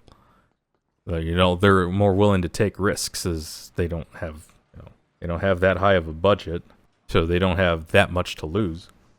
So they'll let their creativity run wild. The fact that, I think we mentioned this in the last podcast, the fact that we live in a day and age where there is too much content is just very worrisome. And games aren't as valued as they used to be. It's like, okay, so you have a few major releases like in this 1 month. Okay, how much time do I got to set aside to stream it and so that I can move on to the next game? Like, people don't really appreciate the experience anymore. They're just there to stream it for their viewers on Twitch or make their playthroughs on YouTube and be done with it so they can move on to the next game. Nobody ever takes the time to really appreciate what the time that they put into playing it. It's just, okay, I got this. Now let me make my content and move on to the next one. That's the mindset that has changed for the worse, if you ask me. And that's why there's not a whole lot of value on games these days. Well, then I guess that goes back to the conversation we were having earlier is... To me, I still value games. Yeah, I will still take the time to appreciate the experience that I do. But I am in the very small minority of people out there, especially amongst YouTubers. They're just here to get their content and then just move on. And then when someone mentions it to them years later, they're like, "Oh, what? Yeah, I don't remember much of that game." Yeah, because you just treated it like it was an assembly line to make sure you get your content and then just be done with it. You really care about what it is that you got out of the game. So do you think that's an issue more so with the way that we treat games as this disposable commodity, or is that more of like the assembly line of content creation? Because, Sort of a you know, mixture of both. I would say a okay. mixture of both. Yeah. There's definitely blame to be had on all parties. The companies treating them like like an assembly line, and us just kind of going along with it as consumers. There's a lot of people just want things on the go these days. It's a very fast-paced. Got to get this done quick so that I can move on. So consume as much content as possible. Really, is the mindset that a lot of people have these days, and we see it with Netflix and TV shows and whatnot. Just try to consume as much content as we can so we can move on to the next one and make sure I got this out of the way. So yeah, it's a combination of both. I wonder with the consumption of things, like how much of that, and I mean, you did experience this to a certain degree even when we were younger and gaming was a lot more niche. That certain keeping up with the Joneses, right? Where it's like Pokemon's kind of a good example where it's like, hey, like, you picked up the Pokemon game because other people were playing Pokemon. You, uh, you learned certain tips or tricks or exploits, and you use that for your own purposes, whether it was to show off something cool or get a hacked Pokemon of your choice to beat up other kids' Pokemon on the schoolyard, that sort of thing. But part of what got you into it and what got you uh, invested, even temporarily, was the idea that other people were also involved. Like that's one of the reasons why Nielsen ratings were such a strong indicator for years. And yes, I know people are going to argue both ways about that. Fine, but that's Yeah. but that's what Yeah. advertisers gave a shit about. Let's Right. be real. But like, and somebody brought up something the other day, and I never really thought about it because I'm the kind of person who always this was just I never followed TV shows. I've never been good about it. Like, I actually used to watch lots of sitcoms because you could largely watch them out of order, and if you understand the characters, like there wasn't some sort of big meta narrative, right? Um, and so I quickly fell in love with the DVD era because of the idea that once it became affordable, you could just buy a show.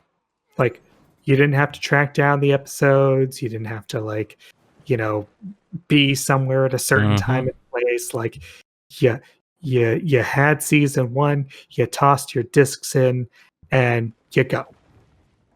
When streaming came out and, uh, you followed the hybrid model, and then ultimately streaming kind of became the way of it with Netflix. Like the thing that I thought was the most interesting about Netflix, and I remember when they were doing their Marvel lineup, Daredevil, Jessica Jones, all those. Like I love the idea that like, hey, on this day the show drops. Like I might marathon in one go. I might catch an episode or two and then go do something else, depending on what life handed to me at the time. But I love the fact that on my pace, I could watch a show. And usually it was new enough that, like I never spoiled anything for anyone. I very rarely got spoiled myself because I know how to avoid certain parts of the internet when something comes out. But nowadays, because greed has evolved the business further, companies have figured out that, and HBO Max, Disney Plus, like you name it, they've discovered that you don't need to drop an entire show at once. You could drop an episode a week, just like TV. People were already used to that, and if you throw a big enough name behind it, say Star Wars: The Mandalorian, instead of people paying for 1 month or taking their free trial and marathoning their way through, Stretch those episodes out. yeah, you can now get them on the hook for 2 or As 3 if months it at a was time. an actual TV show. And I want it to be clear because Like I know I've said stuff about this in the past. So I actually said when streaming services were first coming out, and I looked at this and I said, you know what? I said, the one thing that these streaming services could do to kill the cable industry is make channels available and allow people to buy them a la carte.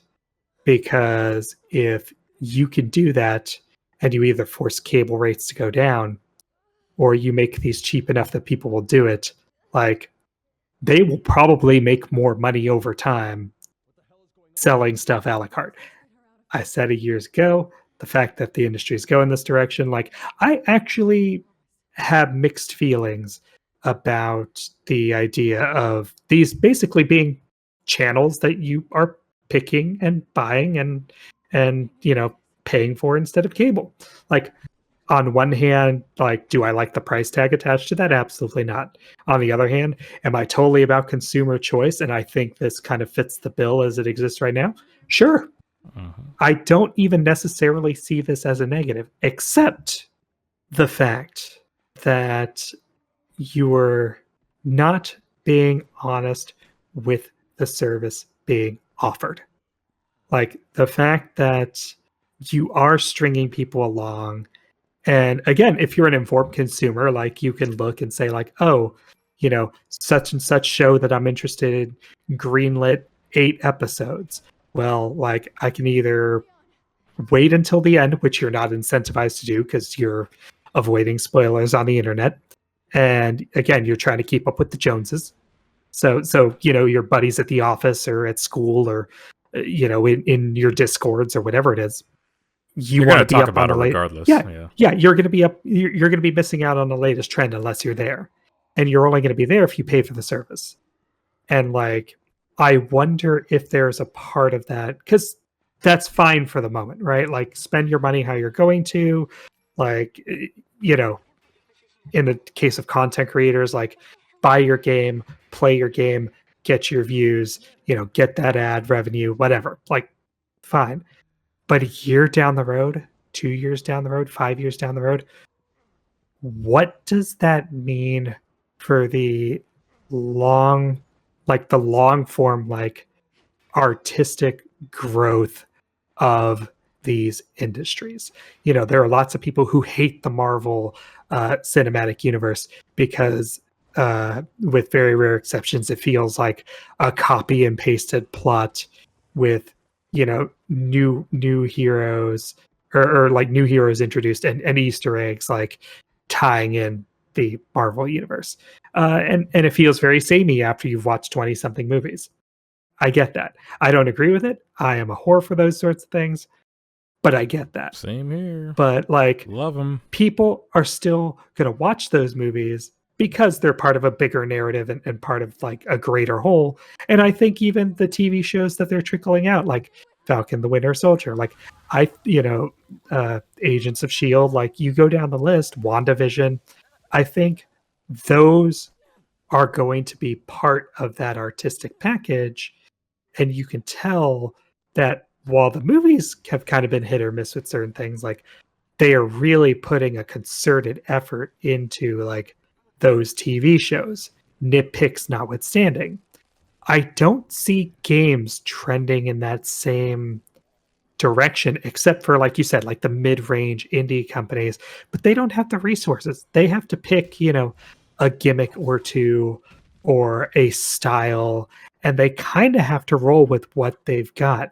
But the big developers, like when the next version of Overwatch comes out, are people really going to be playing Overwatch 1 a year or two after? Personally, I don't think so. I think it'll be a tiny minority.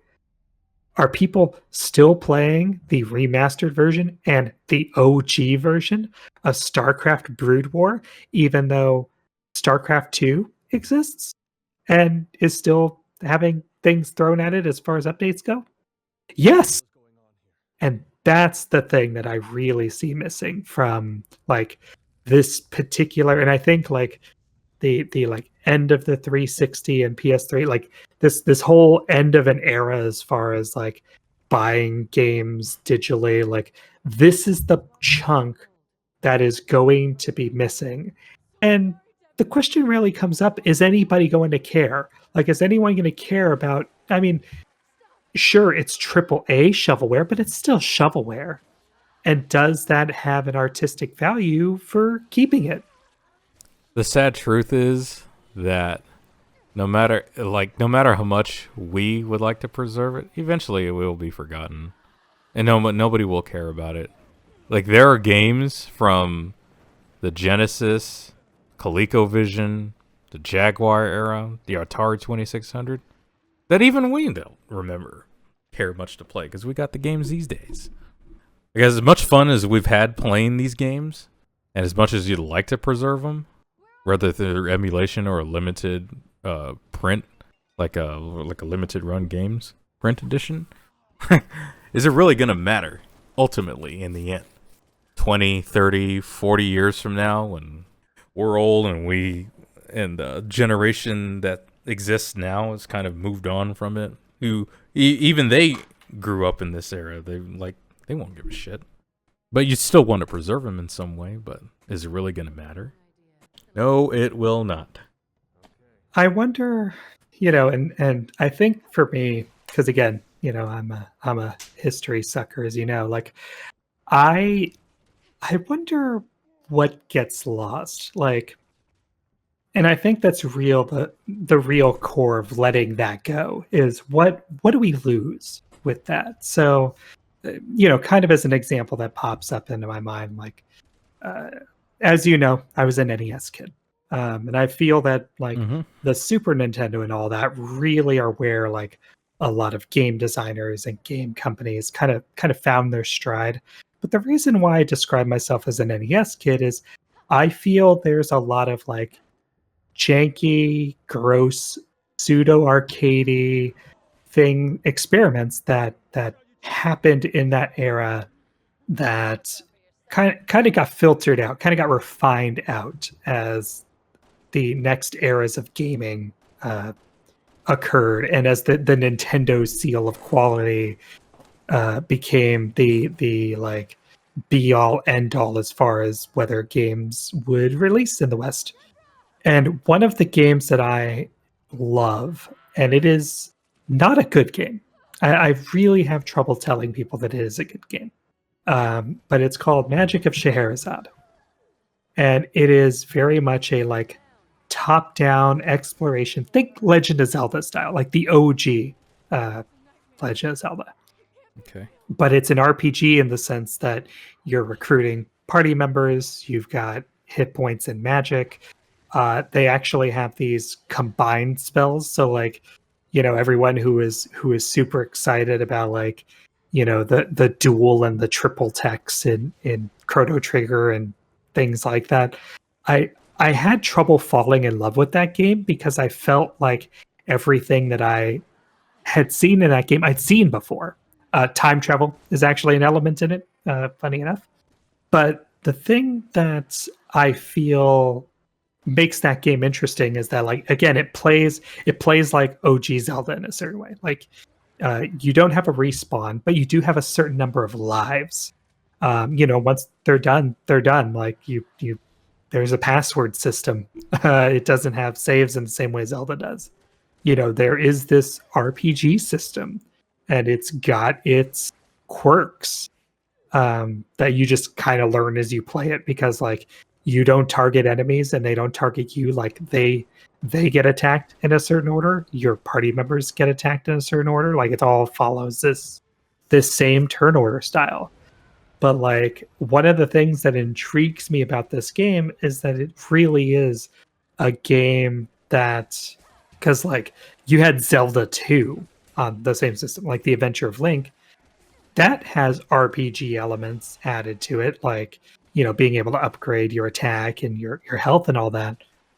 But that's like a side-scrolling action. The only real RPG elements to it are you talk to townspeople and you get a spell, or you get some boon out of it, or you get the hint to where you go next. And these games kind of contrast with each other to show an era of gaming that isn't as formulaic, that does have like interesting ideas and ideas of value that I feel like could be expanded on or look at games differently and play within various systems and subsystems. But games nowadays, like, they follow a certain formula once they find it. Like, people talk high praises about the like Ezio collection or even like Black Flag as far as I was just going to mention that too. yeah, no, How right? formulaic Assassin's Creed has gotten. But like, those were games that like, the first one's largely forgotten and uh it's very samey. They were trying new stuff, but like they found their formula, they found ways to expand it, they found ways to tie in certain things. But like, is anyone going to be playing Odyssey 3 years from now? Probably me. I keep forgetting that Origins exists because it has another O name. The fact that I can't even remember it is only proving testament to what I'm talking about. Like, I'll be playing and those games. Probably and like there's one of three. yeah, and like as you said, this problem's only going to get worse as time goes on. Assassin's Creed is a pretty like well-known franchise. A lot of people are going to play the earlier ones, especially if those get a remaster at some point, and not just the re-release collections. Calm down, Internet Keyboard Warriors. But like, I see a lot of people playing the most recent entries year two, the classics, and the what 5 titles between now that are just going to hit that like middle sibling syndrome. Unless you're really excited to play Assassin's Creed because like, oh hey, like Greek history, like unless the Dude, the even theme Assassin's Creed is fans aren't going to be playing Assassin's Creed. Like, they got tired of exactly. it back in Origins. Like, Odyssey was their stopping point, and I Yeah, see very few people even playing Valhalla.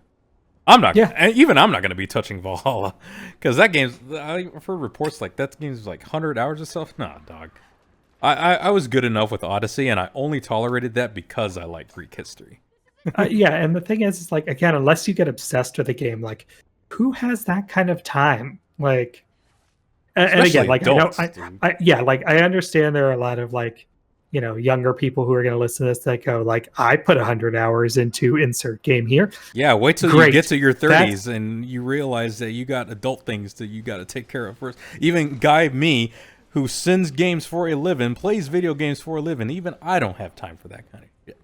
So imagine how people who actually have families, who actually have jobs that they go to, who actually want to take time to spend with their friends outside of playing video games, imagine how they feel. They don't have time for that. well, and Come on. I mentioned on the podcast, but I couldn't remember his name last time. David Vink, who put out a great video that was all about that idea that like, hey, kind of the PlayStation 1 into the PlayStation 2 era, like games started advertising that like, 40 hours of gameplay, 60 hours of gameplay, 100 hours of gameplay. Like it was this big selling point, but like, you know, dude's got me beat by a couple of years, and yeah, that's not a selling point anymore. That's a job. And like, if a game just grabs you and it pulls you along for 100 hours, we were just talking about Persona 5. Yeah, Like, one of the rare that is, exceptions that I would actually, because I'm actually invested in that. I'm enthralled. I'm engaged. That's the only reason why I'm actually able to play that game is because it doesn't feel, not for 1 second does it ever feel like it's dragging, nor does it feel like it's wasting my time. I'm no, because invested. I I am either being pulled by the plot, I am trying to work on some sort of technical thing that, I'm trying to get better at, Yeah, trying to improve or your I'm knowledge, your charm, or your proficiency, or anything like that. or I'm working on fusions or any of a dozen subsystems because like I'm working to inherit a certain thing. I'm working towards like, hey, I got my butt kicked on a fight and I have an idea on how to beat it. Like, the grind means something. It is a movement towards a goal. And there's a lot that of goal depth. and that goal is rewarded because, like you said, there's a lot of depth. There's like more story behind that goal. There's more power behind that goal. And there's a challenge awaiting you that answers those things. It's well crafted if you get into it. I can understand plenty of people who want to play an RPG that's a little more casual and it's not, they don't want to put the 100 hours in. I understand that the things that turn me onto it are the same things that could turn somebody else off of it. Correct. That's great. There's a big enough space with these games that they can coexist. It's just like our fighting game discussion. Like, different things attract people to the genre, and there's a reason why someone like could get into it, and I sunk over 300 hours into 2 playthroughs, and now I'm working on Royal. But there are games where, like, if you take out the actual, grind, and literally, like, it's grinds for more levels, grind to learn a spell, like, grind to whatever. When you take those elements out and you actually look at the gameplay, like the story, the challenge, the optional goodies, the exploration, and suddenly your 60, 80, 100-hour epic becomes a like 15-hour game, 20-hour game. Like, then the grind's just the grind. Then the grind is just this gate stopping you from getting what you actually want out of a game. See, the thing is, like you were just mentioning, it's that rare instance where the story is a work towards the combat, and there's investment to be had. Everything you do outside of gameplay is just masterfully crafted, whether it's to improve your knowledge, whether it's to improve your charm, whether it's to improve your proficiency, whether it's to build relationships, whether it's to expand upon or upgrade your confidant ranks. There's always something engaging that keeps me interested and doesn't feel like it's dragging. I cannot say the same for many other games that are out there. And the important part of all of that is that it pays off. Like, you spend this time grinding, you beat the big boss, and then of course whatever the next story beat happens, or the next plot twist and what have you. And like, it isn't just because you spent so much time with these characters that you care about what happens, but it also isn't detached from the fact that you spent so much time with these characters. Like, it's this like symbiotic experience where one of these feeds into the other. The minute that stops, again, it's a tale as old as, Huck Finn and or is it, no, it's Tom Sawyer that does the whitewashing of the fence. Like, the minute that this feels like work and it stops being a joy, that's it. Like, now you have a game that could have potentially been like, I don't believe in perfect games, but like the 9.9 experience, and suddenly it goes to like 9, 8, 7, lower, just because you start to you have that moment where your nitpicky brain gets turned on. Well, you talked about this with the Sins videos, where and please correct me if I'm wrong. Like, you don't usually do the nitpicking until you watch the video later. Like, you might notice something, but you're trying your best to just kind of like stay in the game until it becomes time to do the Sins. But like, on occasion, yeah. Because I only play these, especially these days. I only play games that I have already had interest in or have been in my backlog that I want to get through. I don't play games because everyone else is playing. Well, because it's the popular thing. If it doesn't interest me, I'm not going to bother with it.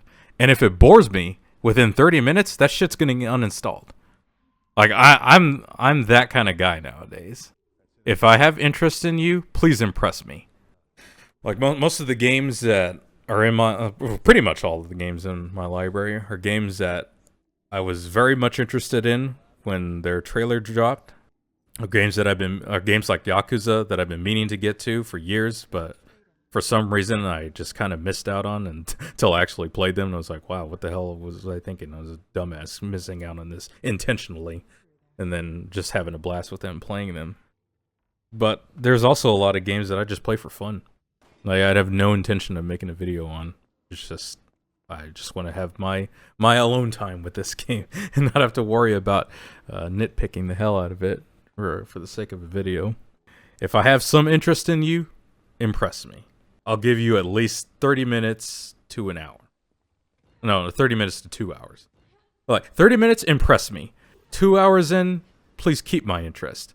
5 hours in, okay, you're doing pretty good. 10 hours, all right, you're good enough for me to see through. But if you're like a game like The Medium, like I was interested in that game until like 6 hours in or so. While it was, because horror games, they have to stay short for a reason. Other one or suspense games, horror, suspense, anything along that lines. You can't go over 12 hours because otherwise you just lose the thrill. You just lose the suspense, and things are no longer scary. Yeah, things are no longer scary. So I want to say around the 6 hour mark, I was like, okay, when is this shit gonna end? And like we're right there at the end. So if we get to that kind of game, then I'll just power through it, and then I'll get done with it and then uninstall it. Like if I put like 90% time into a game, like then I'll be like, okay, I just gotta find a way to power through. We're almost there. I'll just go ahead and get this done and over with, and then we can move on. It's very rare that happens, but you know, there are times when it does occur. Yeah, I think Get my it over biggest with. yeah, like I think the last time I experienced something like that was Bravely Default because and I know I've shared this story, but like Yeah. the first half of the game's great. You know, like it's well paced and like the characters are interesting and the mechanics are neat and you know I really enjoyed the first half and then the second half turns into like a big long grind to the end and I'm not about that. That's how the recent Assassin's Creed games are. Like they're excellent for like the first 10, 20 hours or so. And then after that you're like, holy shit, it's just a single player MMO? What the fuck are up with these side quests? Like once you start seeing how similar the side quests are and the method that you need to do to accomplish them, you're like, okay. Are you sure you don't have anything more impressive than this? Do you have any sort of mission variety? And then it's like, okay, well, at least your game is pretty to look at. Your characters are kind of intriguing. Your plot is somewhat interesting. It's interesting enough to, keep my attention. But your mission design, holy shit, does it need some work? There are only so many methods that I can do this type of assassination or this kind of grind and beat the boss in this way. That's been Ubisoft's problem for a long time. I'm not surprised they haven't rectified it. Because like we mentioned earlier, they have a certain formula, they stick with it, make slight alterations to it, then Yeah, toss a new skin on it. Mm-hmm. Put out another season pass. Better get their act together quick, otherwise they're not gonna have an Assassin's Creed franchise to go to anymore. That's why I'm hoping the Prince of Persia remake does well, because that was the franchise before before Assassin's Creed took over. So now, of course, I was gonna say the flip side to that comment is like, there's a part of me that hopes it does well, but only sort of well, because it's like the last thing I need for them is to be like, oh yeah, we found yet another franchise we can milk. Sands of Time was really the only truly excellent one out of that whole modern Prince of Persia saga. It may be the only one that they end up remaking. I'm looking forward to it. Yeah. I enjoyed the original Sands of Time. Though, speaking of remakes, do we want to start hitting up our other topic for the afternoon? Yeah, might as well. The the news that the baffling news that annoys me and makes me laugh at the same time. The news that The Last of Us 1 might be getting a remake. And, oh boy. Like, where do you even begin with this? Because I have several theories, or few theories with this, as to why this is even happening. The least likely is that they're just going to make some gameplay improvements, because gameplay in The Last of Us 1, as great as it is, was not the best. There was a lot of trouble with the aiming. The AI was pretty dumb. I doubt that's going to be the only thing that they fix. My theory is that, Neil Druckmann, being the petty bastard that he is just trying to find an excuse to double down on making sure that The Last of Us 1 ties in better with The Last of Us 2. Because one of the big complaints of The Last of Us 2 is like, yo, the doctor that you... I mean, spoilers. I mean, of course it would be... Here's your spoiler warning. Here's your spoiler warning. For if you haven't played The Last of Us 1, please get the fuck out right now. Because... But, I mean, if you had to have been living under a rock for the past year. Everybody knows about it. Pretty much. So, yeah, go on. Yeah, like, one of the big complaints about The Last of Us 2 was that Abby's father, the person that Joel... Like, the doctor that Joel kills at the end of The Last of Us 1 while he's rescuing Ellie did not look at all like Abby's father. Which is the whole reason why she went on her revenge spree. So I figured the reason why he would remake it is to make sure that he does look like... I can't remember what the hell Abby's father's name was, because that's how much I try to block that game out of my memory. But I feel like he's going to try to double down and make sure that it looks exactly like Abby's father, so that there's no continuity issue going on there. Because he didn't even have the same clothes, didn't have the same face model. So he's just trying to make sure that those two coincide. It's because it's pretty obvious that he had a bias towards that character, Abby, in The Last of Us 2. And he's just finding a way to double down. Because his game stole Game of the Year last year. Not that anybody really cares about that. But some people do. Yeah, just feel like he's just going to use that as a way to waste resources. The other thing that I can think of is I think there's a Last of Us show on HBO that's being released sometime in the near future. And maybe they're, like, I don't know. It's a really weird reason, but maybe they're trying to remake the game so that they can fit the face models of the people in the TV show. That seems really far-fetched, but at this point, like, I don't put it past them to waste those kind of resources so that they can gain that bit of attention on the game. Because more people are... It's like the Witcher situation. Like, a lot of people knew about the Witcher show on Netflix, but they'd never played the game or read the book. I know a lot of people in my family had watched the TV show, and I had to remind them, like, that's based off of a game, which was based off of a book, right? They're like, no, I didn't know about that. So they're definitely going to be trying to appeal to the mass market with this move, possibly remaking it to fit the face models of the actors in the TV show. That's those are the only reasons that I can come up with. Nothing else makes sense to me. I started thinking about this because I heard the news and, been on the internet long enough to take all of that with a grain of salt. I actually didn't even think about the TV show and possibly like remodeling the characters based on that, especially because, these two characters in particular, Joel and Abby, like they actually are modeled after real people. Like they were already modeled once before. And their designs is fine the way it is in The Last of Us 1. And let us clarify this news is for a remake, not a remaster. They already remastered it for PS4. For the PS4, yeah. We're talking full-on remake, like Demon's Souls remake, where it's a whole graphical upgrade. And that's the thing that got me when I first heard the news. I'm like, it came out a little earlier than I thought it was, but not by much. But I'm like, it came out in 2013. The remaster came out in 2014. like close to the launch of the PS4, or it was one of the first games that they really remastered and put onto the system and all that. Which is the way it should have been on the PS3.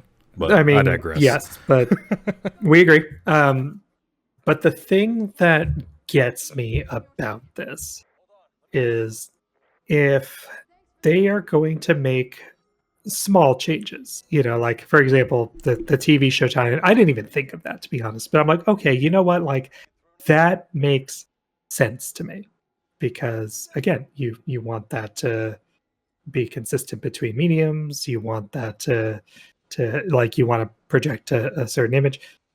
Fine. Like you said, especially for people who may not know about the games, but they may see the TV show first, like I could see a certain amount of dissonance going back to those things. But even using your example of The Witcher, like nobody like goes and looks at the TV series and goes like, well, The Witcher doesn't look like Henry Cavill. Like he looks a little different with this. If you're picking people who look close, again, that same casual crowd, like it's like when you replace an actor because of insert reason here, like it's going to take them a little bit and they may have certain judgments on like whether this actor is better or worse or what have you, but like it's something that happens in popular media all the time. Like, you get the idea of the whole two Beckys syndrome and you move on. That alone doesn't seem like a reason to carry this. So I do wonder if there's going to be more substantive story changes to make 1 and 2 tie together. The Doctor being kind of the like lens that we have put on this, but that's not the only inconsistency. Like there's a lot of like Abby's personality that comes out in the DLCs. You should be an Ellie. Yeah, I did mean Ellie. Sorry, why did I say Abby? Yeah, Abby's the buff woman. Yep. No, I did mean Ellie. You're right. But the and everything from like certain part of the like the LGBT representation and what have you, like none of that shit, as far as I remember. And so if I'm wrong about this, but like that doesn't really appear until DLC territory. And so seeing things like that eke into like the original narrative, like I mean, on one hand, yay representation. I'm all for that sort of thing. But on the other hand, I'm a fan of it if throwing in representation for representation's sake is worthless. Like it has to be natural. It has to be natural. Like, you shouldn't be pointing the giant, arrow being like, yeah, I'm the token gay guy. And that's like a note of my character. It really should just be like, hey, I'm this character. I do this, and these are this is what I'm about. This is what my goals are. These are my motives. Something that people can actually attach to and care about. Right. And, like if you attach to another character and it comes out that, hey, by the way, like, yeah, no, you seem really friendly with this particular character. You see, like, there seems to be some chemistry here. If the issue comes out organically, then great. But don't use this as an excuse to shoehorn in those kind of agendas when they aren't a part of the greater narrative. Like if you're looking to integrate like the plot elements between 1 and 2 to make 2 less of a fucking narrative mess, then you can't half-ass this. That's putting it lightly.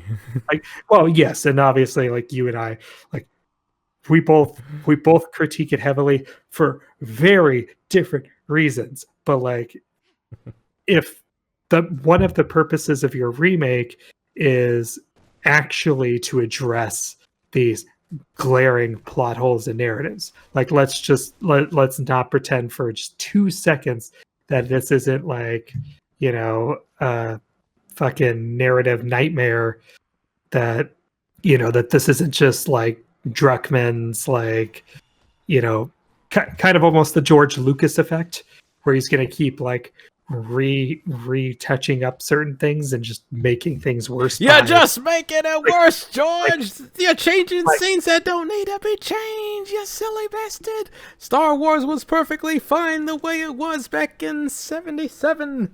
There's no need to add this meaningless CGI that's just gonna date the film even further.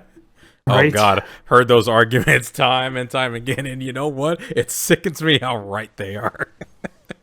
Practical effects age flawlessly. Yeah. That CGI will never touch. But please go on. I'm sorry. No. You're absolutely and exactly, like the fact that what you and I are having a very civil conversation about is what the internet's going to be yelling about in 2 years. And it's exactly that. It's going to be that, like, some people are going to look at this, because the thing with remakes, like, is you're going to alienate part of your core audience. It's unavoidable. If you are too similar to your original product, Demon Souls being a great example. Resident Evil 2, Resident Evil 3. Demon Souls was novel for its time. But we've had Dark Souls. We've had Bloodborne. We've had Code Vein. We've had Sekiro. Like, we've had games that have come out and iterated. Actual improvements, too. And improved. And quality of life things. And in those same quality of life things also made things harder.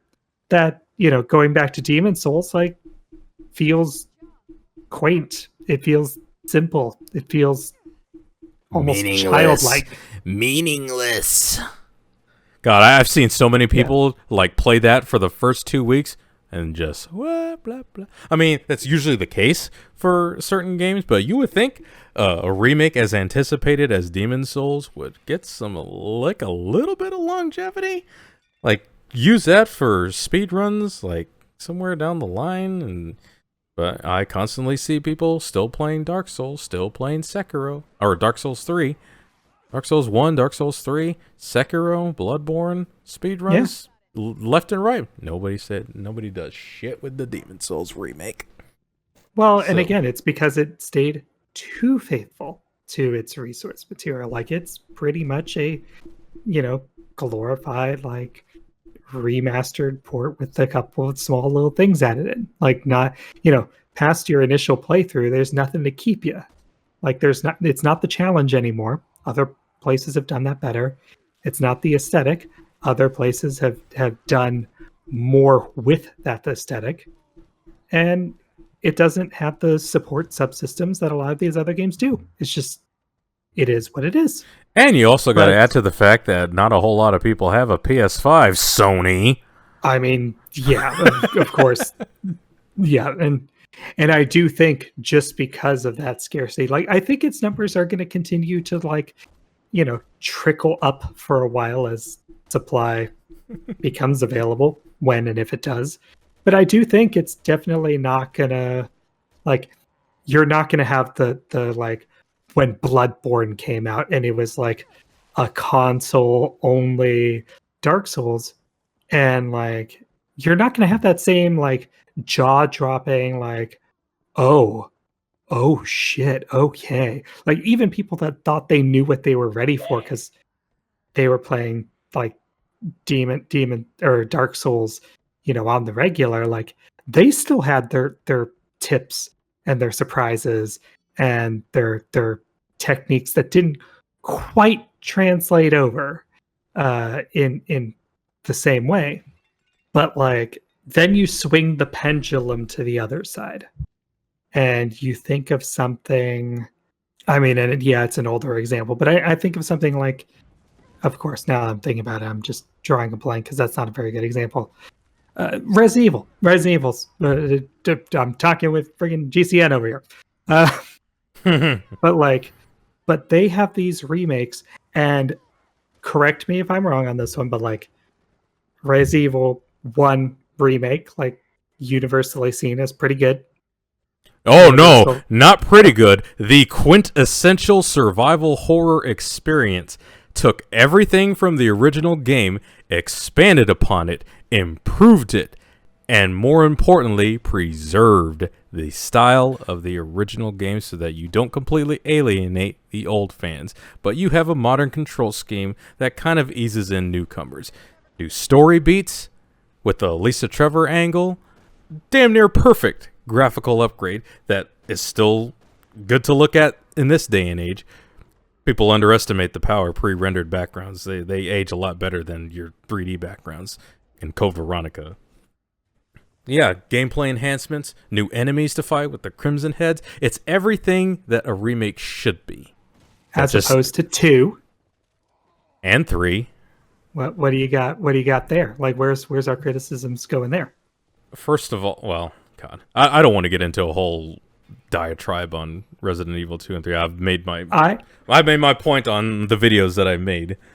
If you ever want to have my opinions on them, just go watch my videos on them. Right, but I think a small summary is important here because we're talking about The Last of Us remake and the directions it could go. So one, quintessential remake for all the reasons you just listed.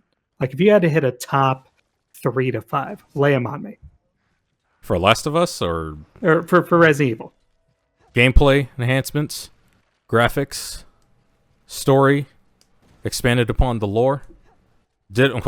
I guess not a lot of people would agree with the done away with the shitty voice acting, but I mean, yeah, but you're always gonna alienate a core audience.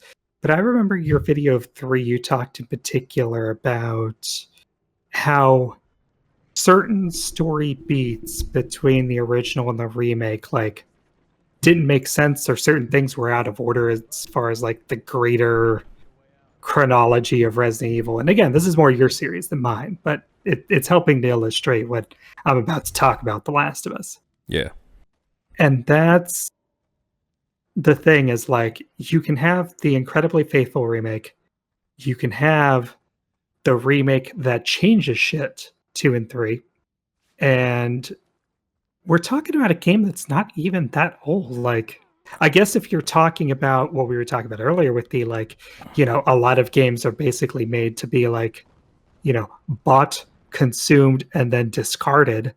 Like, the only real reason, the reason I think people are like, why there's any sort of buzz or talk or anything about The Last of Us 2 being remade, or The Last of Us being remade, would be to fix those things, put a shiny coat of paint, change up some of those systems, and literally like re-release it as, kind of the like, hey, if you want to see the origin story for the like multi-award winning Last of Us 2, like if you want to see where it all began and done, like the sales pitch, right? Because by the time this thing comes out, like the original will be about 10 years old or so.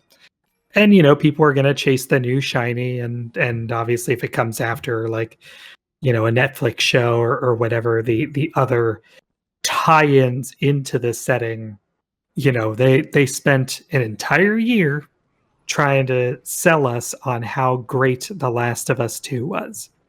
And now all of this stuff being changed and modified and shoehorned into a certain direction, especially with Druckmann at the helm, is probably going to be set up to push that narrative. Will it pay off?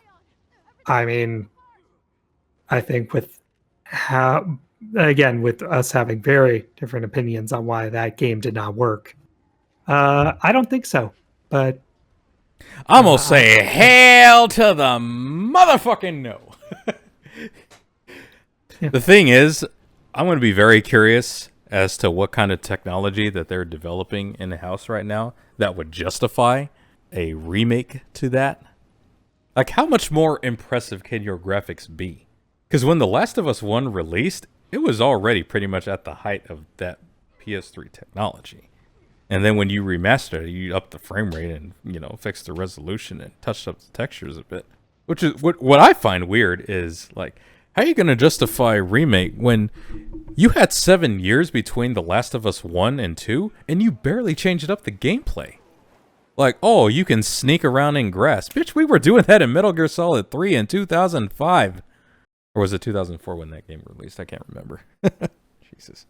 Still, it's been a long time. Yeah. Like, so what graphical and gameplay enhancements can you make that you could have done in 2, but now you want to reserve it for Last of Us 1 remake?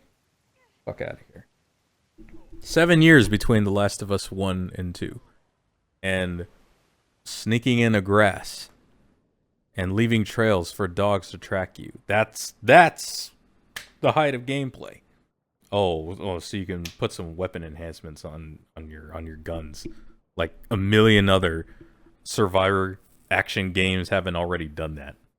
Yeah, I mean, literally, Tomb Raider pre-launched, like, and introduced more of these survival-esque elements. But the difference is they also made those things like the front and center of the gameplay. Like the entire point, like, original Tomb Raider was a bit more run and gunny. And wait. Are you talking the reboot? Or are you talking the old Tomb Raider? I'm talking OG. Old, but like 96 yeah, Tomb yeah, Raider. Yeah. Okay. But when you talk about the remake for Tomb Raider, again, like, what what is she depicted with, through 90% of the trailers? It's not a gun, it's her bow and arrow, which immediately sets the tone for one. This isn't your daddy's not Resident Evil, Tomb Raider. But two, like, what is that going to mean? Like, it's going to be more deliberate. You're going to have to, like, sneak past certain things. Like, it turned it into, like, it gave an adventure series a survival flavor. Like, by comparison, The Last of Us is already dark. It's already gritty. They're already in a shitty situation. What are these things going to add to impact that? Like, sure, you can throw more enemies at the screen. You can make the AI more interesting. You can... but at the end of the day, these gameplay mechanics are meant to put the player in a place to experience events. And I don't see how the addition of these helps. Who knows what's going on in their wacky brains? Or justify. Maybe Bill will be more overt on hitting on Joel. I mean, I'd to watch that, but that's just me. Like, and see, like, there are things. Actually, you know what? Like, that's not the worst example because, well, we may have made that joke tongue in cheek. Like, the idea of, like, balancing the character interactions a little better, like making relationships more meaningful. Like, I think, and I've told you this in private, but like, I really think it's one of those things that, like, they tried to do in the second one, and it's so sad that they just missed so hard. There are definitely certain scenes, and if they hadn't tried to, like, screw up the way that they actually told their narrative in any sort of chronological order or lack thereof, like, there are certain story beats that, like, I feel like something as simple as the order of operations could have made certain things more impactful, but they just didn't. It was basically a form of wanting your cake and eating it too, basically. Yeah. And I think they kind of threw that ultimatum at the fans, and the fans said, well, fine, no fucking cake, we'll go do something else. The cake is a lie! Oh, God. So Back obvious. to the Valve references. So obvious, but I had to do it. I had to do it. I can't even be mad. You know what's funny? I was just playing Portal 1 and 2 not that long ago, and those games have aged incredibly well. So incredibly well. They're still fun to play. So Portal 1 and 2, we were talking about the indie game scene, right? And how, like, just because of the resources available and what have you, uh, indie games really don't have the ability to, like, create without sufficient amounts of time. Like, obviously, certain people are gonna be like, yeah, things like Stardew Valley, and it's one guy who's been working on it for years and years and years. Or Like, Undertale, yeah. yeah, Undertale is another great example. But these are games with very rare exception. Like, most games have to pick a gimmick or two and just do what they can with it. And Portal, I kind of feel, is a great example of like a snapshot in time where Valve understood this, because again, like, you get access to the portal gun and it's very limited. Eventually you're able to fire off 2 portals, It's genius. and you're led on a trail until you're not, and then you have to start thinking for yourself. Great, beautiful, wonderful game design, just brilliant. 2 maybe put you a little more on rails than 1, but the flip side to it is, uh, they gave you more things to play with.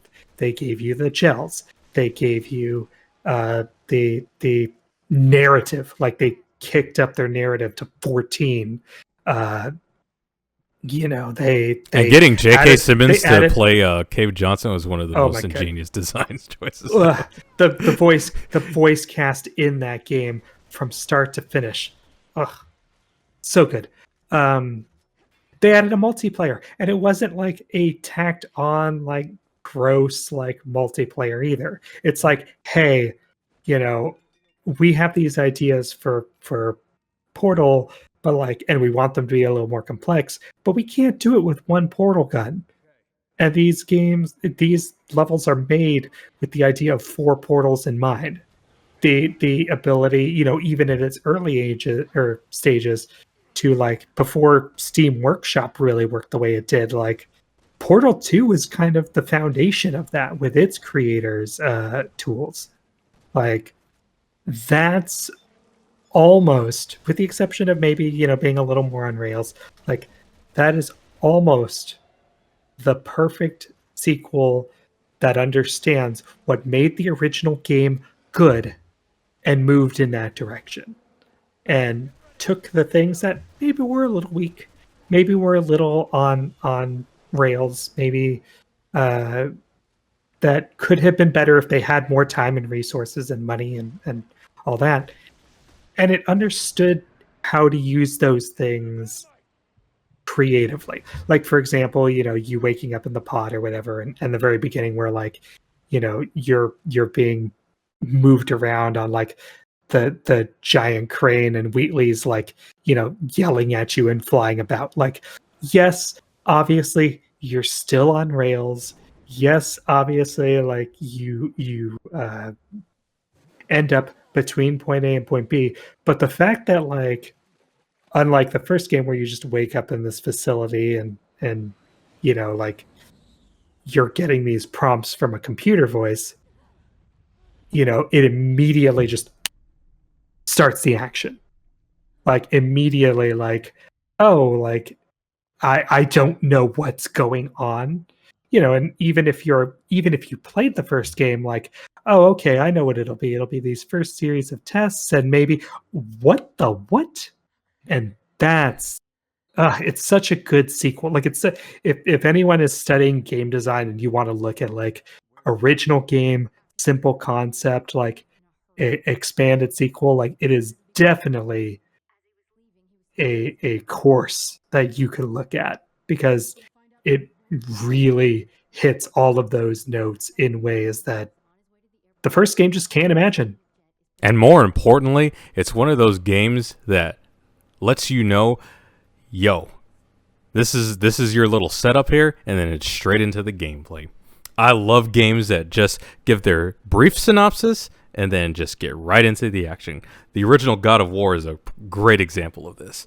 Here's your story. Here's Kratos who's falling off the cliff, committing suicide. Oh shit! You piqued my interest immediately. The gods of Olympus have abandoned me. Bam! Here's your little story beat, and then before you know it, we're on a fucking ship fighting the Hydra. Yep. Excellent! Why can't games be like that more often? Give your brief synopsis and then get into the gameplay. So these fucking 20, 30-minute long opening narrations and then forced walking segment through the village and then hearing all this exposition. Bitch, get on with it! That's the advice I would give to any future game designer. Just give your brief plot overview and then let us get straight into the gameplay. And then just teach the player as they move along. As they're engaged, as they're learning about their surrounding environments, as they're subtly getting used to the controls. Cleverly explain how you expand upon your game. That's all I ask. I kind of have the attitude of like, hey, like if you know how you give about 30 minutes for games, like I play certain genres like JRPGs, visual novels, where like sometimes there's a certain amount of expectation for like that upfront narrative or that cutscene. But like, I see. One, expect like set that expectation, and two, like do something interesting with it. Like you have to do something, like you said, like jumping right onto the ship from the God of War example. Like that's not the first story beat they picked. They picked Kratos being on,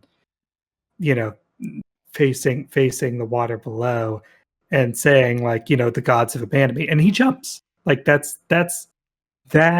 sets the tone for like, okay, like you're like, what the shit? How the hell did he get to that point? I'm intrigued. Like you before, immediately pique the player's interest. And before you even have the chance to think about it, then you pop into like you said, the ship battle. Persona is another series that I love talking about. Like you watch that opening cutscene, and I point out Persona 3, 4, and 5. Like 3, you've got the teenage cast, and they use the evoker, which are these gun-like looking objects. And one of the first images that you have is like the ticking clock and things going on that don't make any sense yet. But the scene that stands out in everybody's mind that has ever like watched that opening cutscene is Yukari like sitting down back against the wall, and she looks like she has a gun to her head. And that scene alone, it's maybe 10 seconds long, but it's enough to grab you and be like, what the fuck? What's with the ticking clock? What's with the weird shadow play movement? What's up with these kids? Like, what's going on? And it gives you that idea in your head that you want to know more, as opposed to Persona 4, which I had a hard time getting into because the first few hours of it are like, hey, you moved in from the big city to this tiny town, and it takes you around the town and like introduces you to everybody, but you don't get to do anything and really hear about the murders for like the first hour. Like it's just, hey, you're introduced to this person. They are this person who is important for this reason, family member, etc. Like, and it's just that for a while.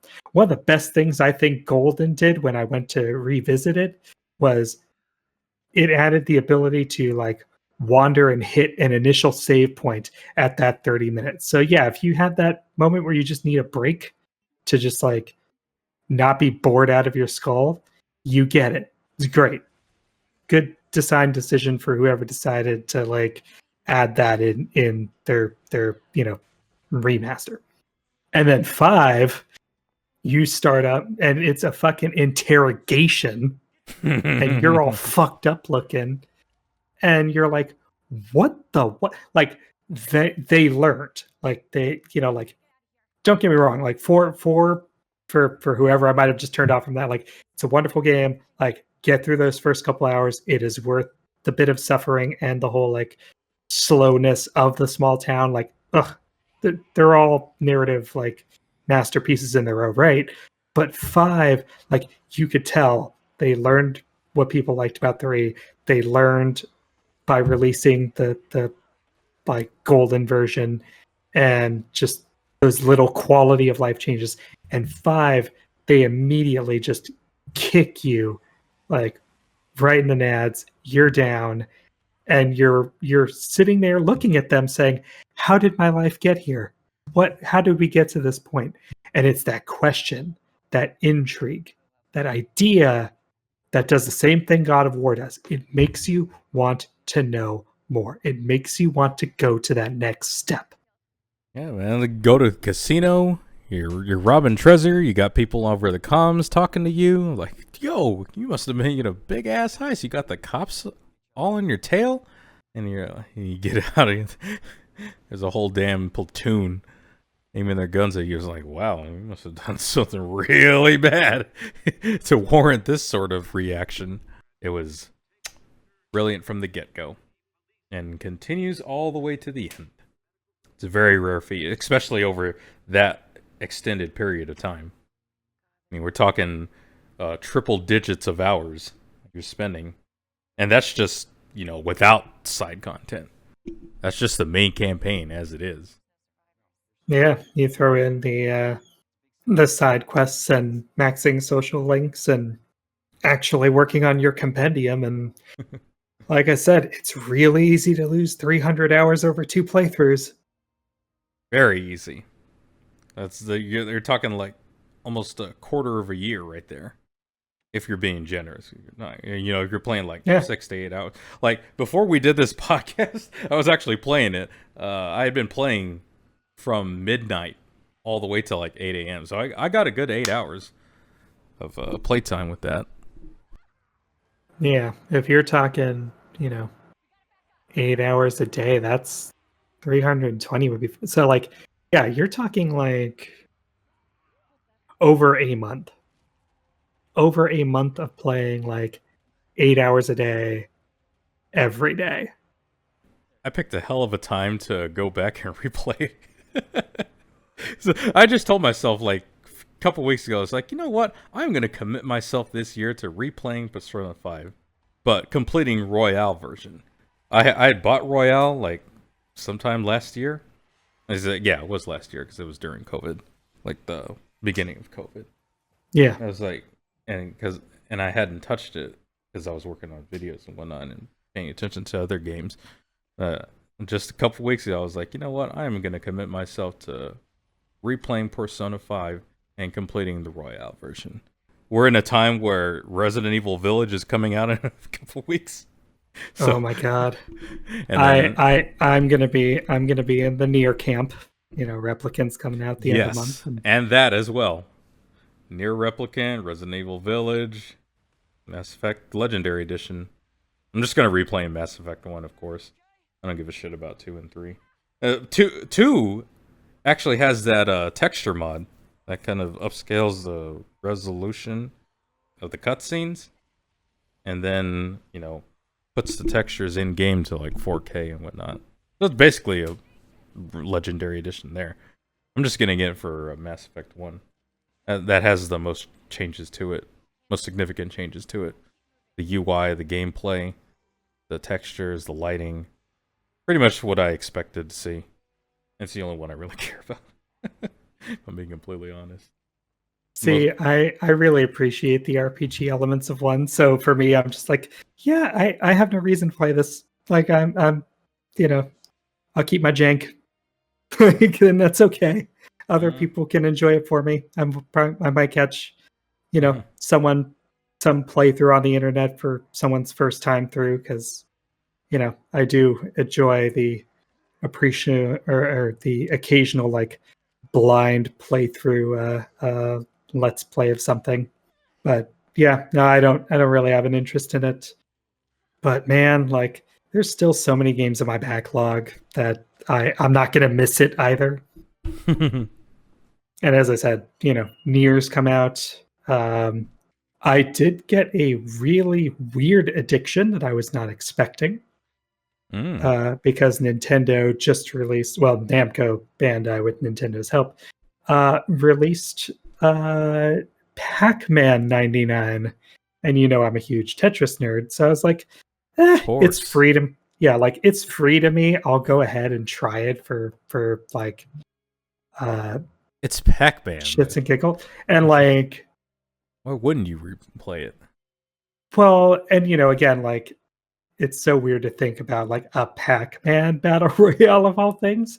But like, I played it and I had a few other friends that were playing it, and they're like, man, I keep getting this close to first, but like I can't quite get there. And I'm like, I got to second on like my second or third playthrough. I'm like, I wonder. So they were doing some stuff in another game. I just was playing and streaming it for them privately. And sure enough, I got first place. I was like, yeah. And so I was like, oh man, that was fun. I'm actually really enjoying this, and I understand the mechanics of it. I'm going to do it again. And so I did it again.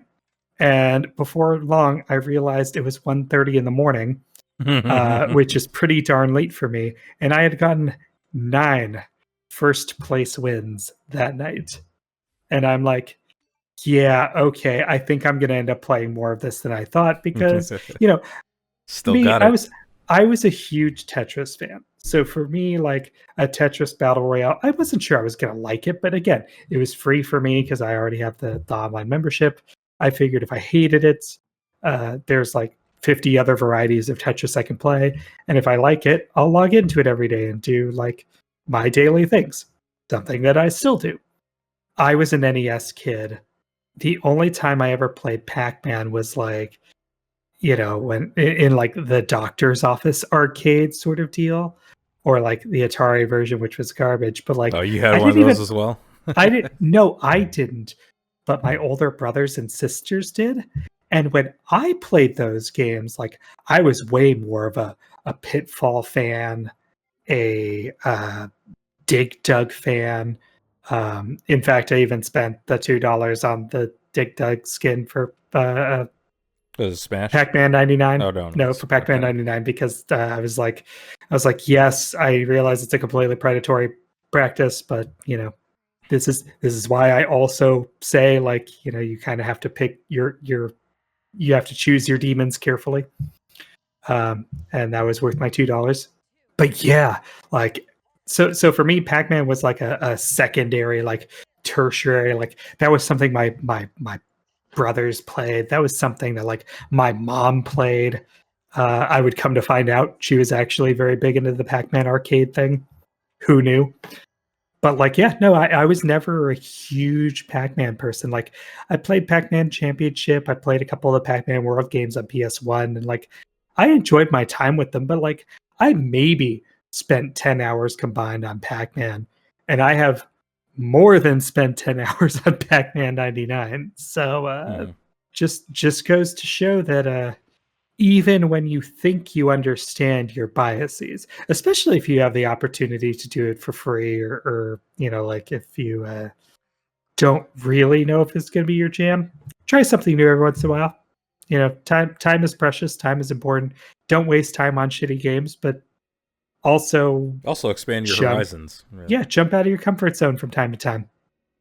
It is always healthy to at least try something that is not exactly to your tastes. Like I said, like I would I would have never gotten into Yakuza if I just didn't decide to step out of my comfort zone. It turns out it's exactly in my comfort zone. Brawling game with a serious mafia story, right up my alley. Yeah, I was never much of a Grand Theft Auto-esque kind of person. Like, I think it was hard to get outside of high school or beyond without having some friend who had access to it and the cheats, to just turn everything on and make the game dumb, which is fine to kill like 30 minutes, but like, I didn't really like need a big old story or anything exciting around it. But then, like, even that same formula tied to other things, like, I enjoyed Bully for what it was. I enjoyed LA Noir, but I'm a sucker for anything noir. And the game that I didn't really expect to fall in love with, just because I'm like, okay, like that's dumb and absurd. Like at least the other two, like they kind of fit a theme, which is why I think I like them so much. But when like Saints Row the third and 4 came out, like I did not expect those to be still to date some of the games that I've spent the most time in my Steam library on. But like Interesting. the the fact, Nice. well, it borrows all of the lessons to be learned from that style of game, and it brings, it obviously iterates on them, it's just certainly not a problem, because obviously GTA learned a lot of those lessons, rolled them into 5, and that's a great game that, like I said, it has a very different feel for it, and it's not my thing. But like the fact that it just like you play 2, for example, and it very much tries to be a GTA clone. Like it's very serious, like, very much like who controls the city is important. Like it tries to lean into its intrigue, but it's kind of like the first Evil Dead movie. Like it's very campy. It doesn't have the resources to do this. It's kind of ugly, even compared to its contemporaries of the time, which certainly are no artistic masterpieces either. Mm-hmm. But then, like, somebody smart released the third one and said, like, we're gonna lean into this still. Like, the factionalism's a big thing, and like getting everyone under your control is a part of it.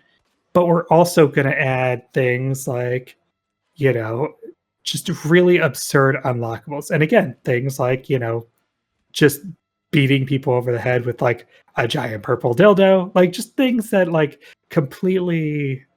Cyberpunk gets to take inspiration from that. You're welcome. Yeah. Yeah. And yeah, exactly. Right. Like, and then like 4, I think was probably the smartest because they said, you know what, like we could do a rehash of the whole getting everyone under one roof thing again, but we've already done that twice.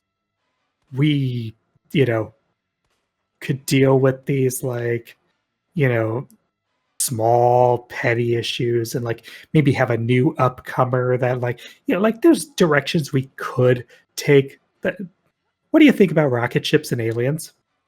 First hour, you just, yeah, no, like, let's just start with that.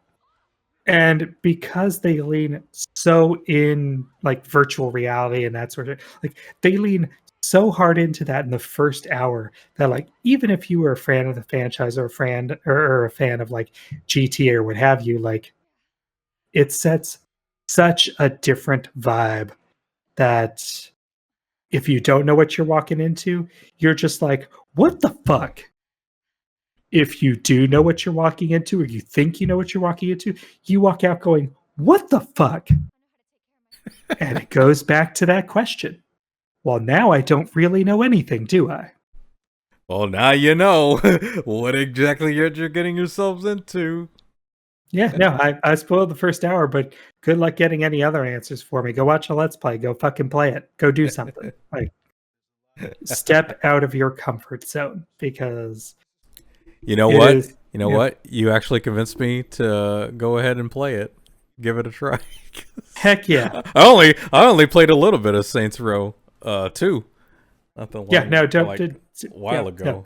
2, 3, and 4 are entirely different animals. Like if you want an absurd version of 2, play 3. If you want to skip that junk and just be like, yeah, no, like the first hour of 4, let's throw in some aliens. What? Sure, why not? It's great. I love it. I think you'll have a good time with it. But of course, in the same way that like Yakuza has a very certain absurdity to it, very different, but also like, yeah, it has a certain style to it. And hey, if it turns you off to it, As long as it remembers to be a video game, I'm all good. gosh, the number of movies that pretend to masquerade as video games. Yep, it's kind of sickening. I will take my goofy ass. Here's your serious story, but here's your wacky gameplay any day of the week, man. Like, I don't care. Just let me be a goofball. Let me do my dumb combos and switching up my styles. If it means I can get cutscenes of homeboy wearing a cowboy hat and dancing like Michael Jackson, shit, I'm gonna take that any day of the week over your fake melodrama. You know, the God of War series is known for being, kind of like dark and gritty, and Kratos is kind of known for brooding. I still think one of the best things they added to that game, and yeah, it's a bit of crude humor, but like the off-camera sex thing, it's just Press X to fuck. Yeah, but it's such a difference in tone. Like that's the game telling you a lot of this stuff is serious, but there's certain things we're not going to take too seriously. And this silly little mini game is one of them. Games that forget that they're games just don't. They bring a certain nauseating feel to me. There was a game that I played once. So there was a period of my life, and this is the game that because I was not the earliest person to follow Atlas, but I actually didn't even realize I'd played Blackthorn, which was one of their games 2 years later. But the original Revelations, Persona, Eastern release was what made me an Atlas fanboy. So everything from Persona 2 to Eternal Punishment, Guardia Word of Fate, all of these games that they're not really known for anymore because they used to, release these incredibly limited amounts of games, and then they would only do a single print production, and they were gone. At least until SMT made it big in the West and they started doing reprints, with Nocturne. And so because they were this kind of company and I came to realize this about their games, I always pre-ordered their games. I wanted to make sure, that I would have my copy of whatever it was. And so when I started to see, because they always had their custom splash pages that would show off artwork and introduce you to a title character or two. They're really big on this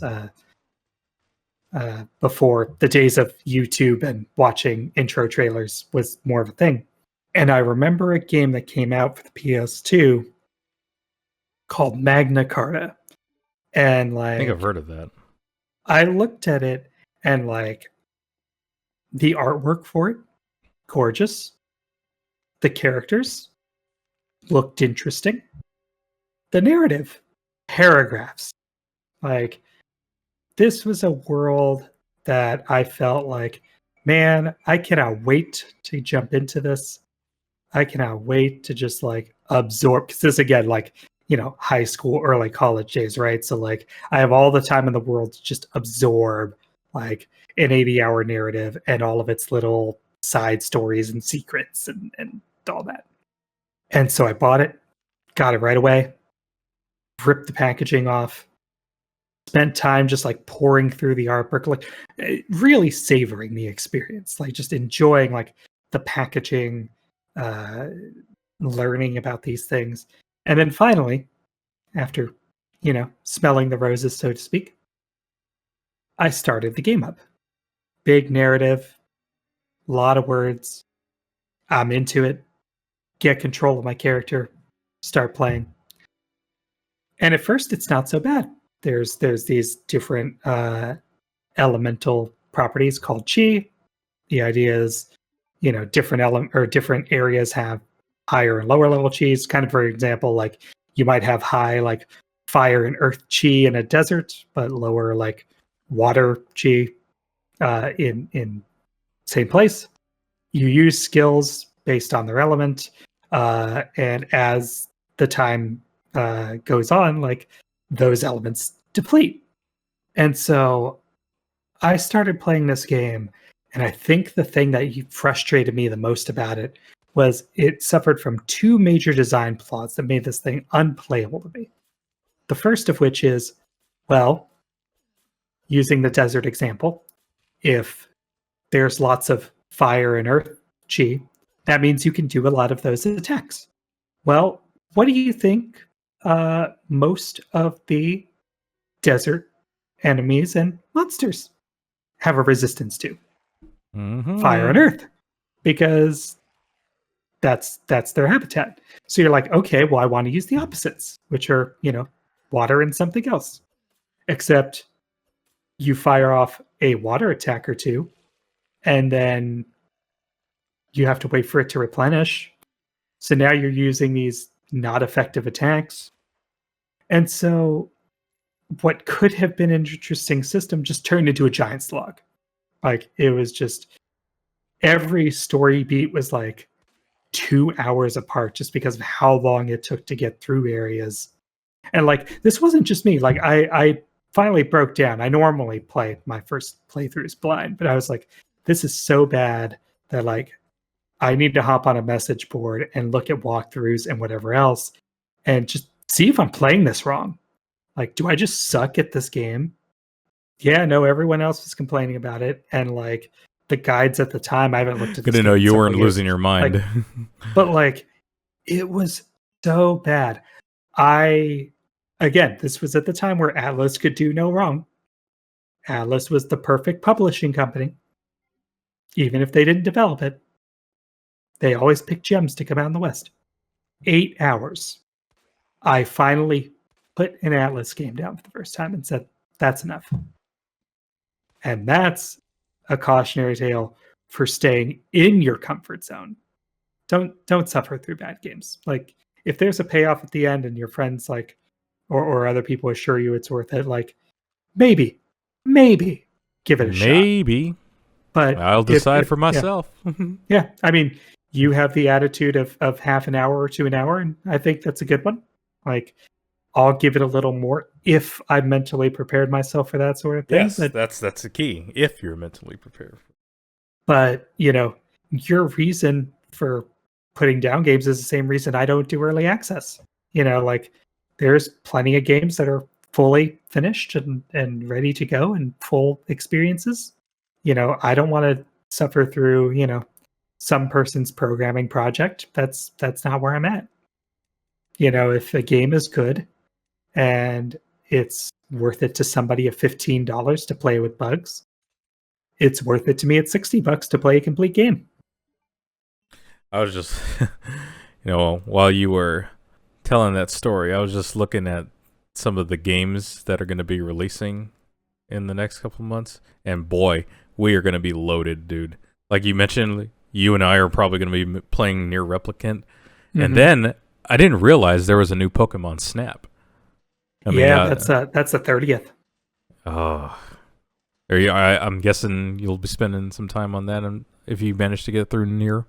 Almost assuredly. Like, that I'm very hit and miss with Pokemon games, but but Pokemon Snap, it's almost like how I normally don't play through a lot of horror games because it doesn't really gel with me in the same way. Though our talks make me also want to stare at Resident Evil sometimes and like give it its fair shake. Like, I'm staring at Village, and you talking up one so much makes me think, maybe I should revisit it. But like Pokemon Snap, I feel like it's so different from its premise. Like, there's no real fighting to it. It's just, hey, I've never been a photographer in real life. Like, my skills are okay at best, but like Same here. I passable. I appreciate the skill and the dedication and the truly hard work that photography is. And I love the fact that there is a game. It's the reason why I like Fatal Frame as a horror series. Like, take something that might not normally might be my jam or might be hit or miss, add your twist to it, and suddenly I'm like, oh man, like, especially the first Fatal Frame where like, you don't get the cheapy film. Like, you get a certain number of shots, and if you screw that up, like it is game over. You do not get a way to replenish it. Like just the thoughtfulness and the skill and everything that's required, like gravitates me to a horror game in a way that almost none other has. Except for my love for Parasite Eve, but that's a whole different discussion. But like, speaking of Parasite Eve, like we were talking about how it's so ridiculous how The Last of Us 1 is getting the remake. and while we were talking about it, I was compiling a list of games that actually deserve a remake, could use a remake, and Parasite Eve was one of them. Like, could you just imagine that style of game with the technology that we have today? Just be out of this world, man. That game, Siphon Filter, the first two Metal Gear games, not Metal Gear Solid, the ones that came out in the MSX, the ones back in the 80s, those games deserve a remake.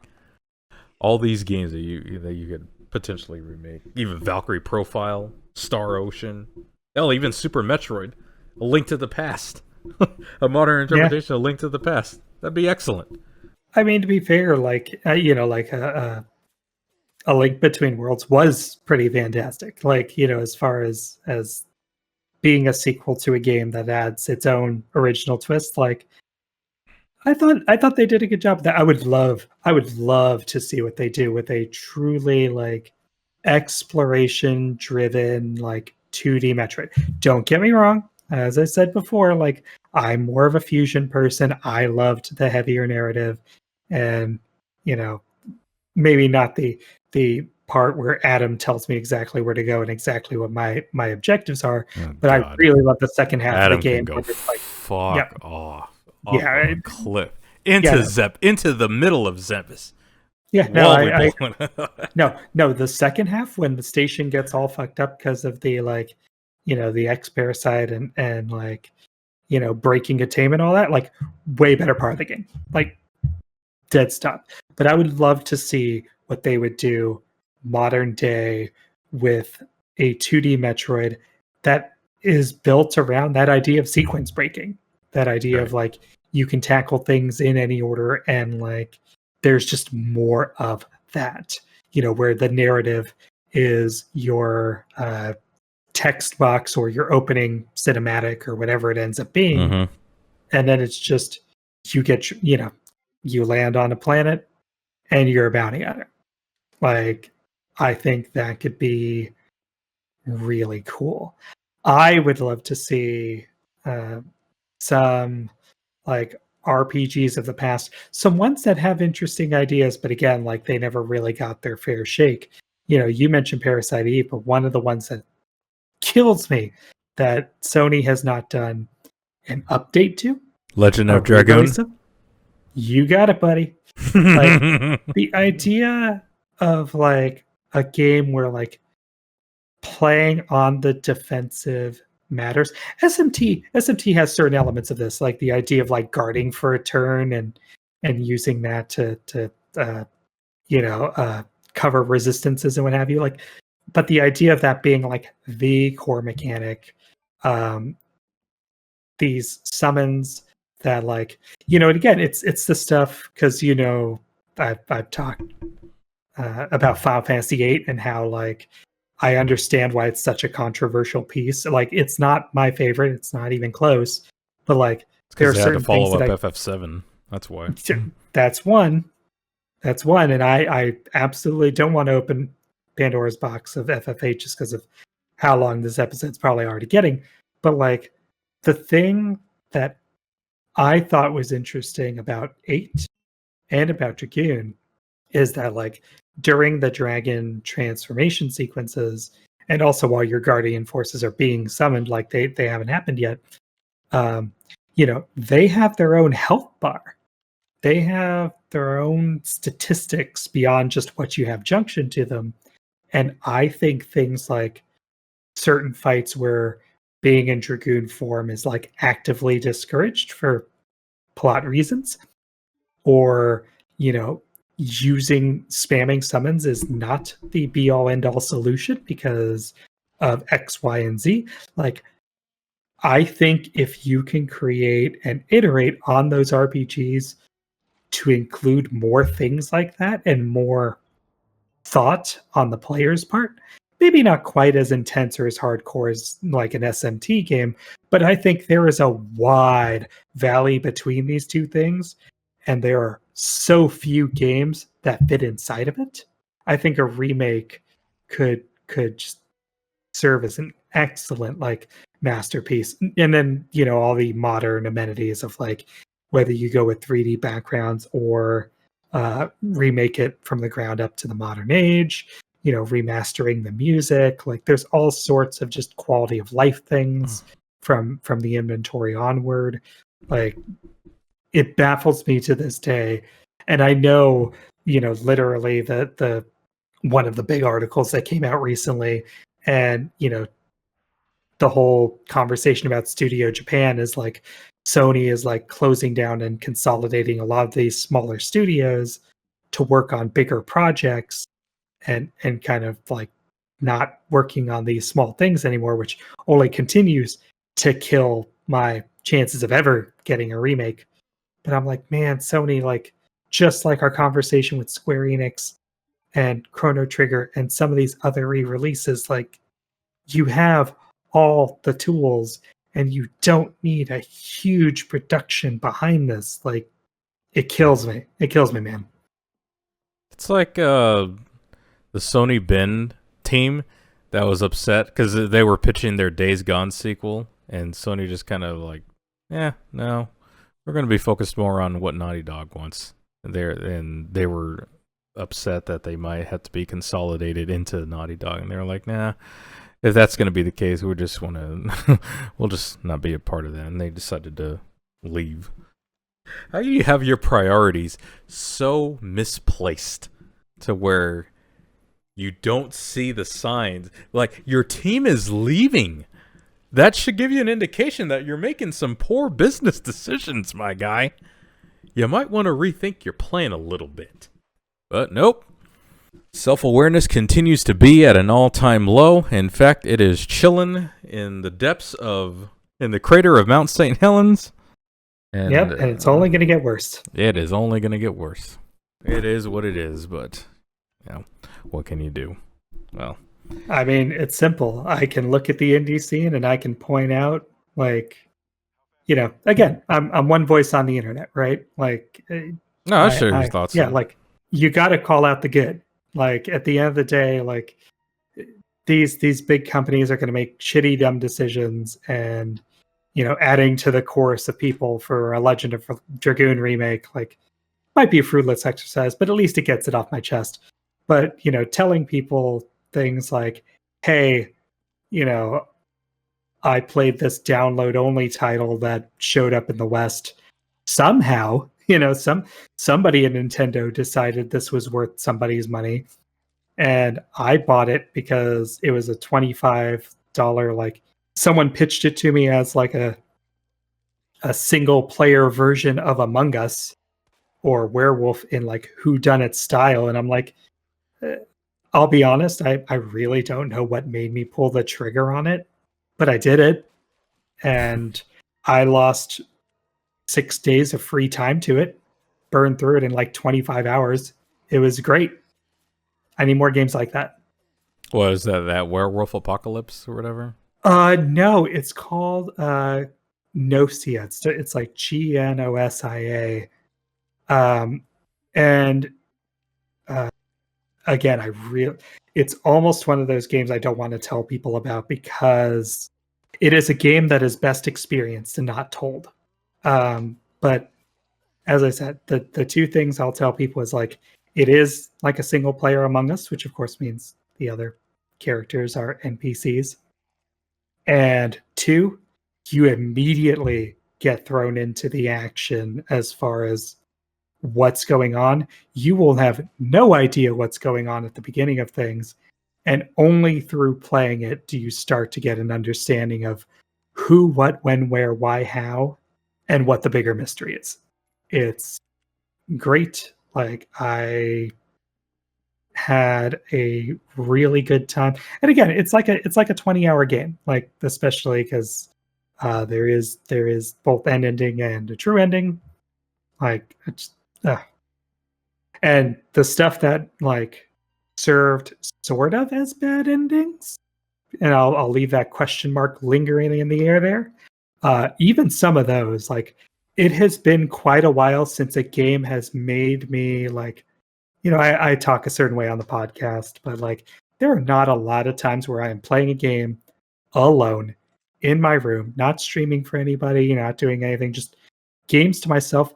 There are not lot of times where I'm literally like audible, and when I am, it's usually like dang it, or just I made a mistake somewhere. Like so focused and intense in the game.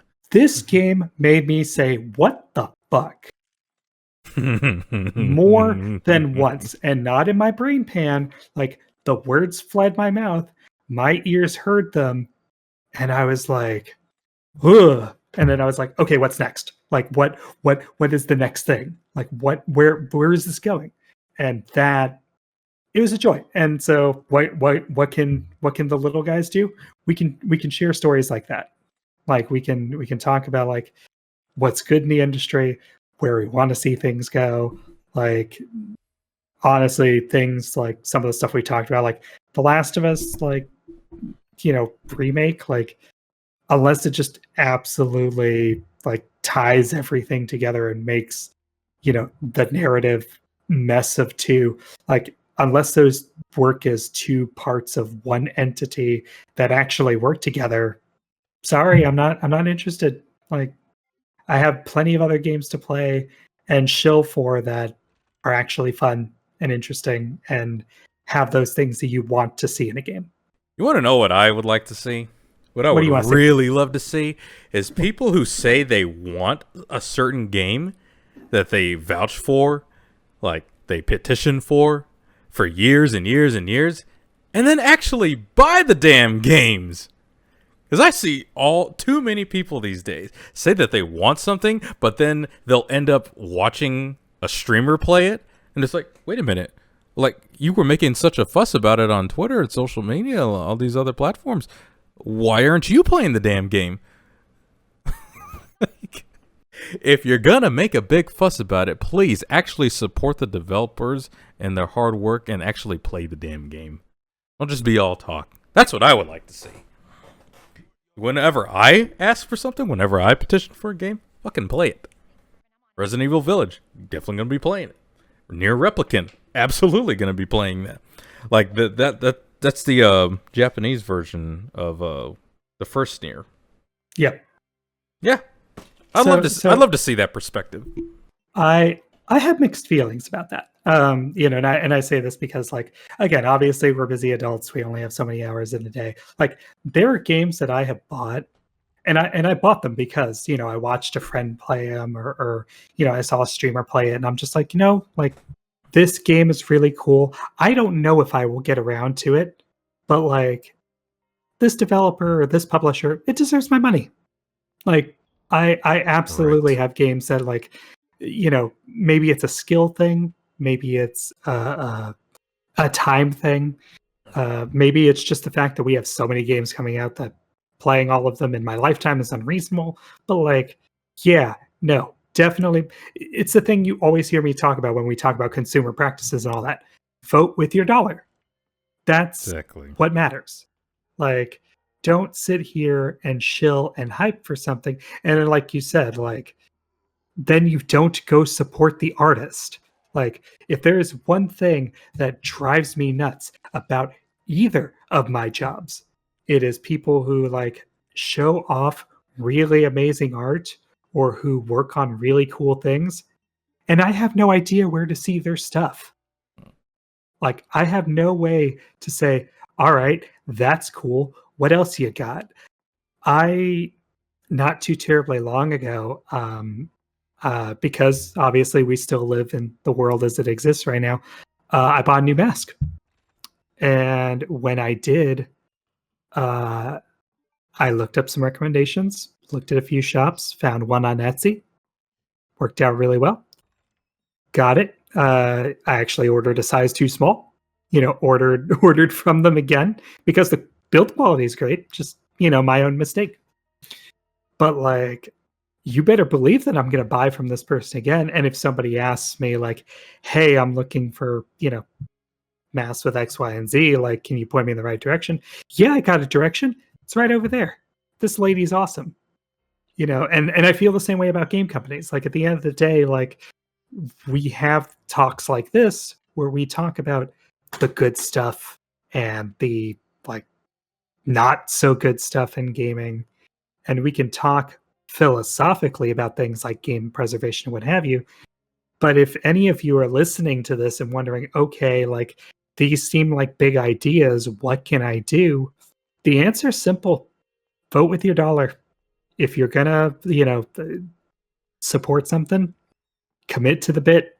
Like throw your money at it, even if you don't get the chance to do it. Heck, if nothing else, maybe that copy that sits, in your, especially if you're buying physical, as I believe you should when possible.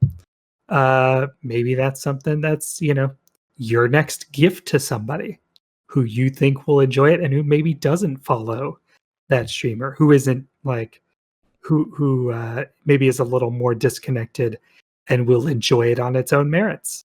It's the same thing that like I have a certain frustration uh, of like people who watch a bunch of free content and then they install ad blockers and then they complain about said content.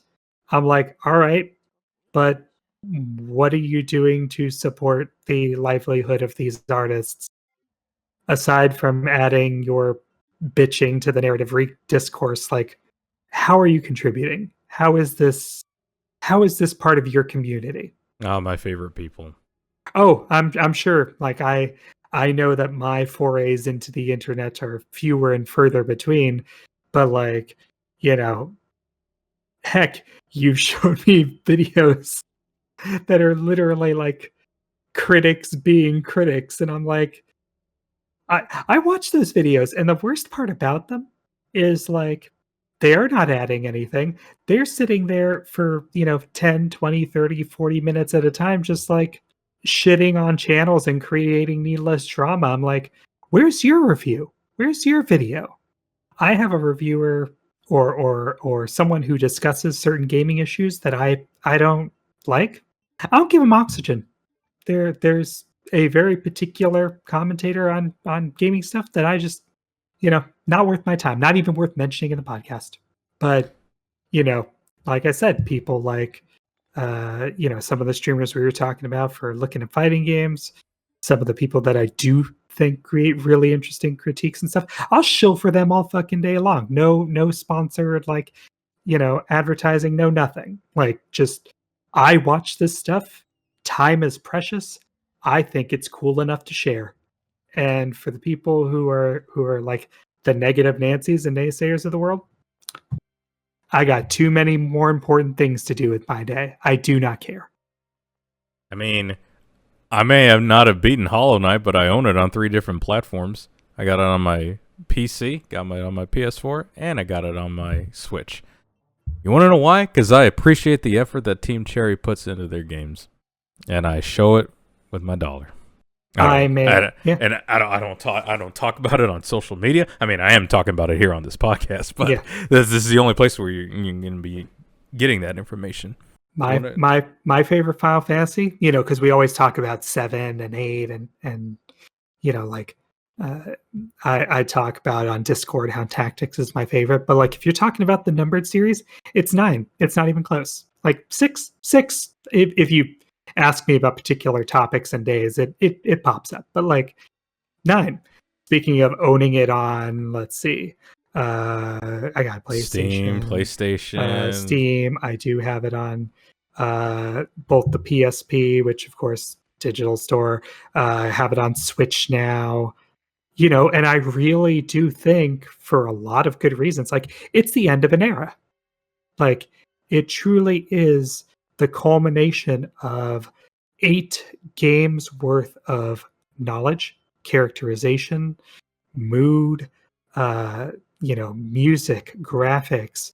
It is a crowning masterpiece and the end of an era in a way that so few games are.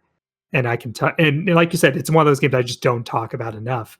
But like, same thing. Vote with your dollar. I didn't wait for a sale for any of those, by the way. Like, the minute those things became available on said respective platforms, like Final Fantasy IX, I am pretty darn sure is the last Final Fantasy game that I bought at sticker price rather than waiting for it to be $20. I like, okay, so I will definitely say that the mainline series, that's absolutely true. I might be wrong about that because there's a few like offshoot games like Final Fantasy Explorers for the 3DS, which is like, you know, Monster Hunter and Final Fantasy kind of having a love child. And that was kind of neat, but That like, sounds like a game I'd be interested in. yeah, but with the exception of games like that, like, yeah, I would throw down money that 9 is the last one that I have paid full price for, not just upon initial release, but even its subsequent releases. And that is the best way that I can tell you how good I think that game is. I haven't even done that for the 6 re-release on Steam because of the issues we mentioned earlier. It's just not worth it. One of the few to actually be worthy of the title masterpiece. Yeah, I fear for the day that I actually have to come up with any sort of like top 10 or top whatever games, because there really are a lot of amazing games out there. Oh, I tossed that fucking list out the window. My top 10 will change according to the mood I'm in and the year that we are in. There will never be a definitive... Well, actually, no. I shouldn't say that. There will always be like a top 5 at least, I want to say. So, Metal Gear Solid 1, Super Metroid, Devil May Cry 3, Bioshock, Chrono Trigger. I think those would definitely be, easily in the top 10, for sure. Everything else is up for grabs. And, I always... Short-term, got the memory span of a goldfish with dementia. to be fair, we've been at this for a while. And when I think about it, like, again, like I know Tactics kind of stands up on its own because of just the time in my life that I played that game and certain things that like I never really thought about until I played it. But there's so many other really great ones. Like, I love talking about Persona 5 and Persona 2 and really picking which one. Like, they are from 2 different eras of gaming, so directly comparing them is hard, but they're definitely up there. I always get the controversial like fanboy nods criticism when I put Super Mario World above Super Mario 3, but that's up there too. Seems logical. As is Super Mario RPG. I don't think Super Mario 3 is the be all end all. Yeah, no, and there are lots of people. I mean, it's excellent. It's an absolutely excellent game, but no, I wouldn't put it at the top of the list either. Yep. That's. I'd actually put Galaxy above it. I'm the controversial person that throws American 2 above it, but that's when I start to lose people. But no, yeah. What else? I mean, there's so much that's come out that's just amazing. Like, obviously, like I said, talk about my love for 9. The Shadow Hearts series, I think, is still one of the best like experiences as far as JRPGs go, even though they all have their grindy / sluggish moments. They have cool mechanics to it. Yeah. I haven't played them in a while, but I do remember the intricate combat system that it has. And I think it's one of those systems where you can really see, because like Mass Effect, by comparison, like it drops certain mechanics and introduces new mechanics. Like it fine tunes.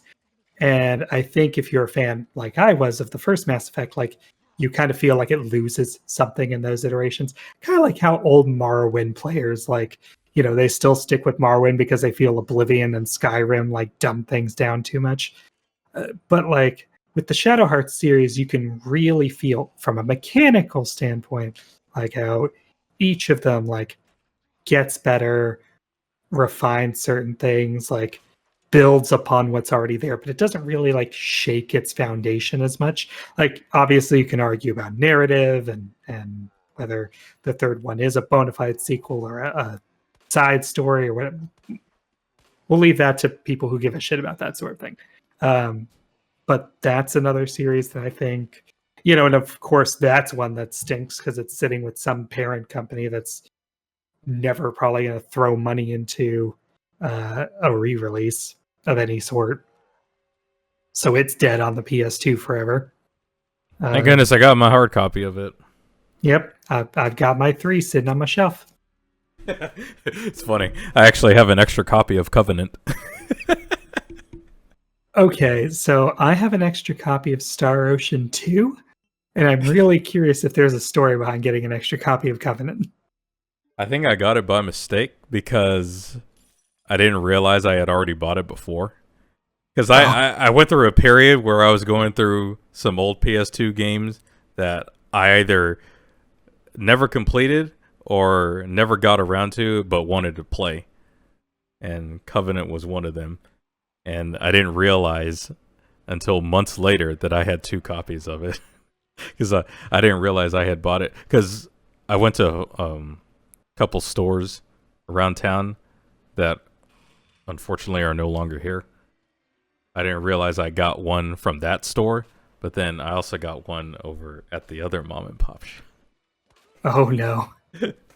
So I've never to my knowledge, with the exception of like I got mine as part of a lot, which is why I have 2 separate copies of Star Ocean, and there were 1 or 2 other games that like I pieced out. Actually, the entire reason why I got that lot was because I had played Tactics so many times that I killed my first disc. And at the time, like they hadn't done a reprint or anything. I think they had released like the Greatest Hits collection and then like they disappeared from stores. So like I bought this because there were like 4 or 5 games and the only duplicate I had was Star Ocean. So I'm like, yeah, I'll go for it. But yeah, I think that's one of the things that I enjoy the most about going to conventions is sometimes I'll find that occasional like, hey, I remember this game from my childhood, and either like I never got the chance to play it because I rented it or whatever, or I do get the chance to play it, and then I was a dumb kid who traded it away or whatever, and now I get my hands on it again. oh, brother. What a time. What a time to be alive. Whether you agree with it philosophically or not, the nice thing about emulation and the many avenues it opens is that, as we've said before, it is never a greater time to be a gamer.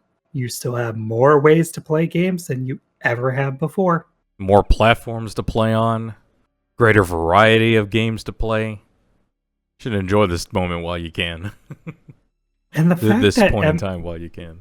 The fact that emulators and what have you like are now starting to work in the direction, and I mean they were like pre-COVID, but like the fact that you with an internet connection can like fake it with things like couch co-op or like swapping of characters or what have you is like that is the thing that just blows my mind. Like I cannot stress enough how lucky people are to like be able to have these kind of experiences that we had as kids, with people that they've never even met in real life. They just share a love for this game. And only realize how easy they have it.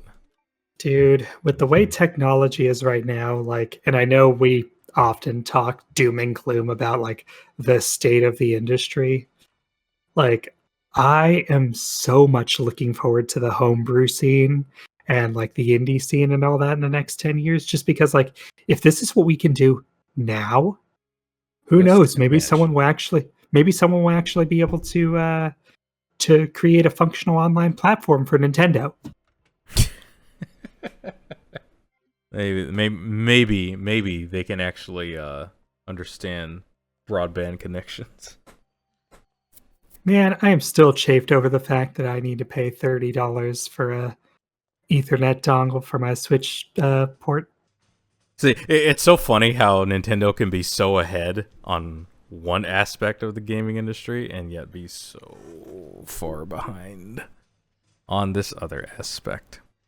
Yeah, Like, the worst part is it's USB 2.0, so like, it's limited to 480 megabits. Like, I'm not even going to get a full gigabit connection plugged in.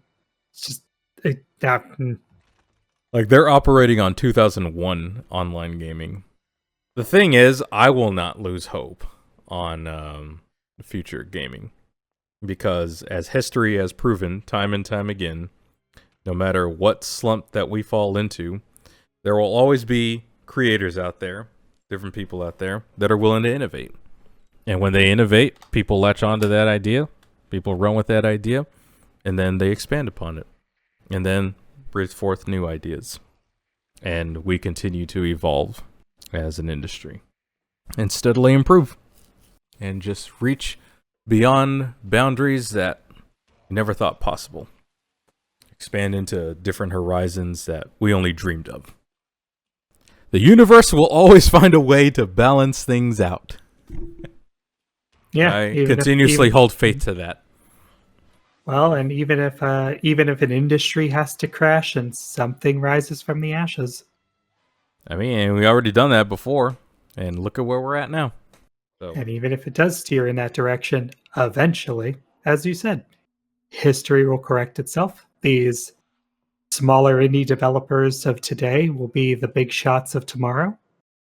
And I hope that these people who are still operating out of their garages or their tiny studios, everything from your Stardew Valleys to your Undertales to your No Man's Skies, who, no matter how good or bad your initial launch is, keep working at it, keep adding, keep bringing value to your customers, and you will be rewarded. main thing here is to never lose hope. Never lose hope. Because there was always light at the end of the tunnel. And on that note, I think we are done here. I'm hungry, and I'm pretty sure you are. Yeah, it's been a while. Yeah, so I appreciate you taking the time out here to have a discussion with me on these topics. It has been an excellent time for us. My pleasure. Like you know that while we do overlap in some ways, it's the differences that make us interesting. Yes, indeed. I appreciate that. Well, that is all for this podcast. I appreciate Sage coming out and having a conversation with me once again. Kid Atari. See you guys later. Peace out.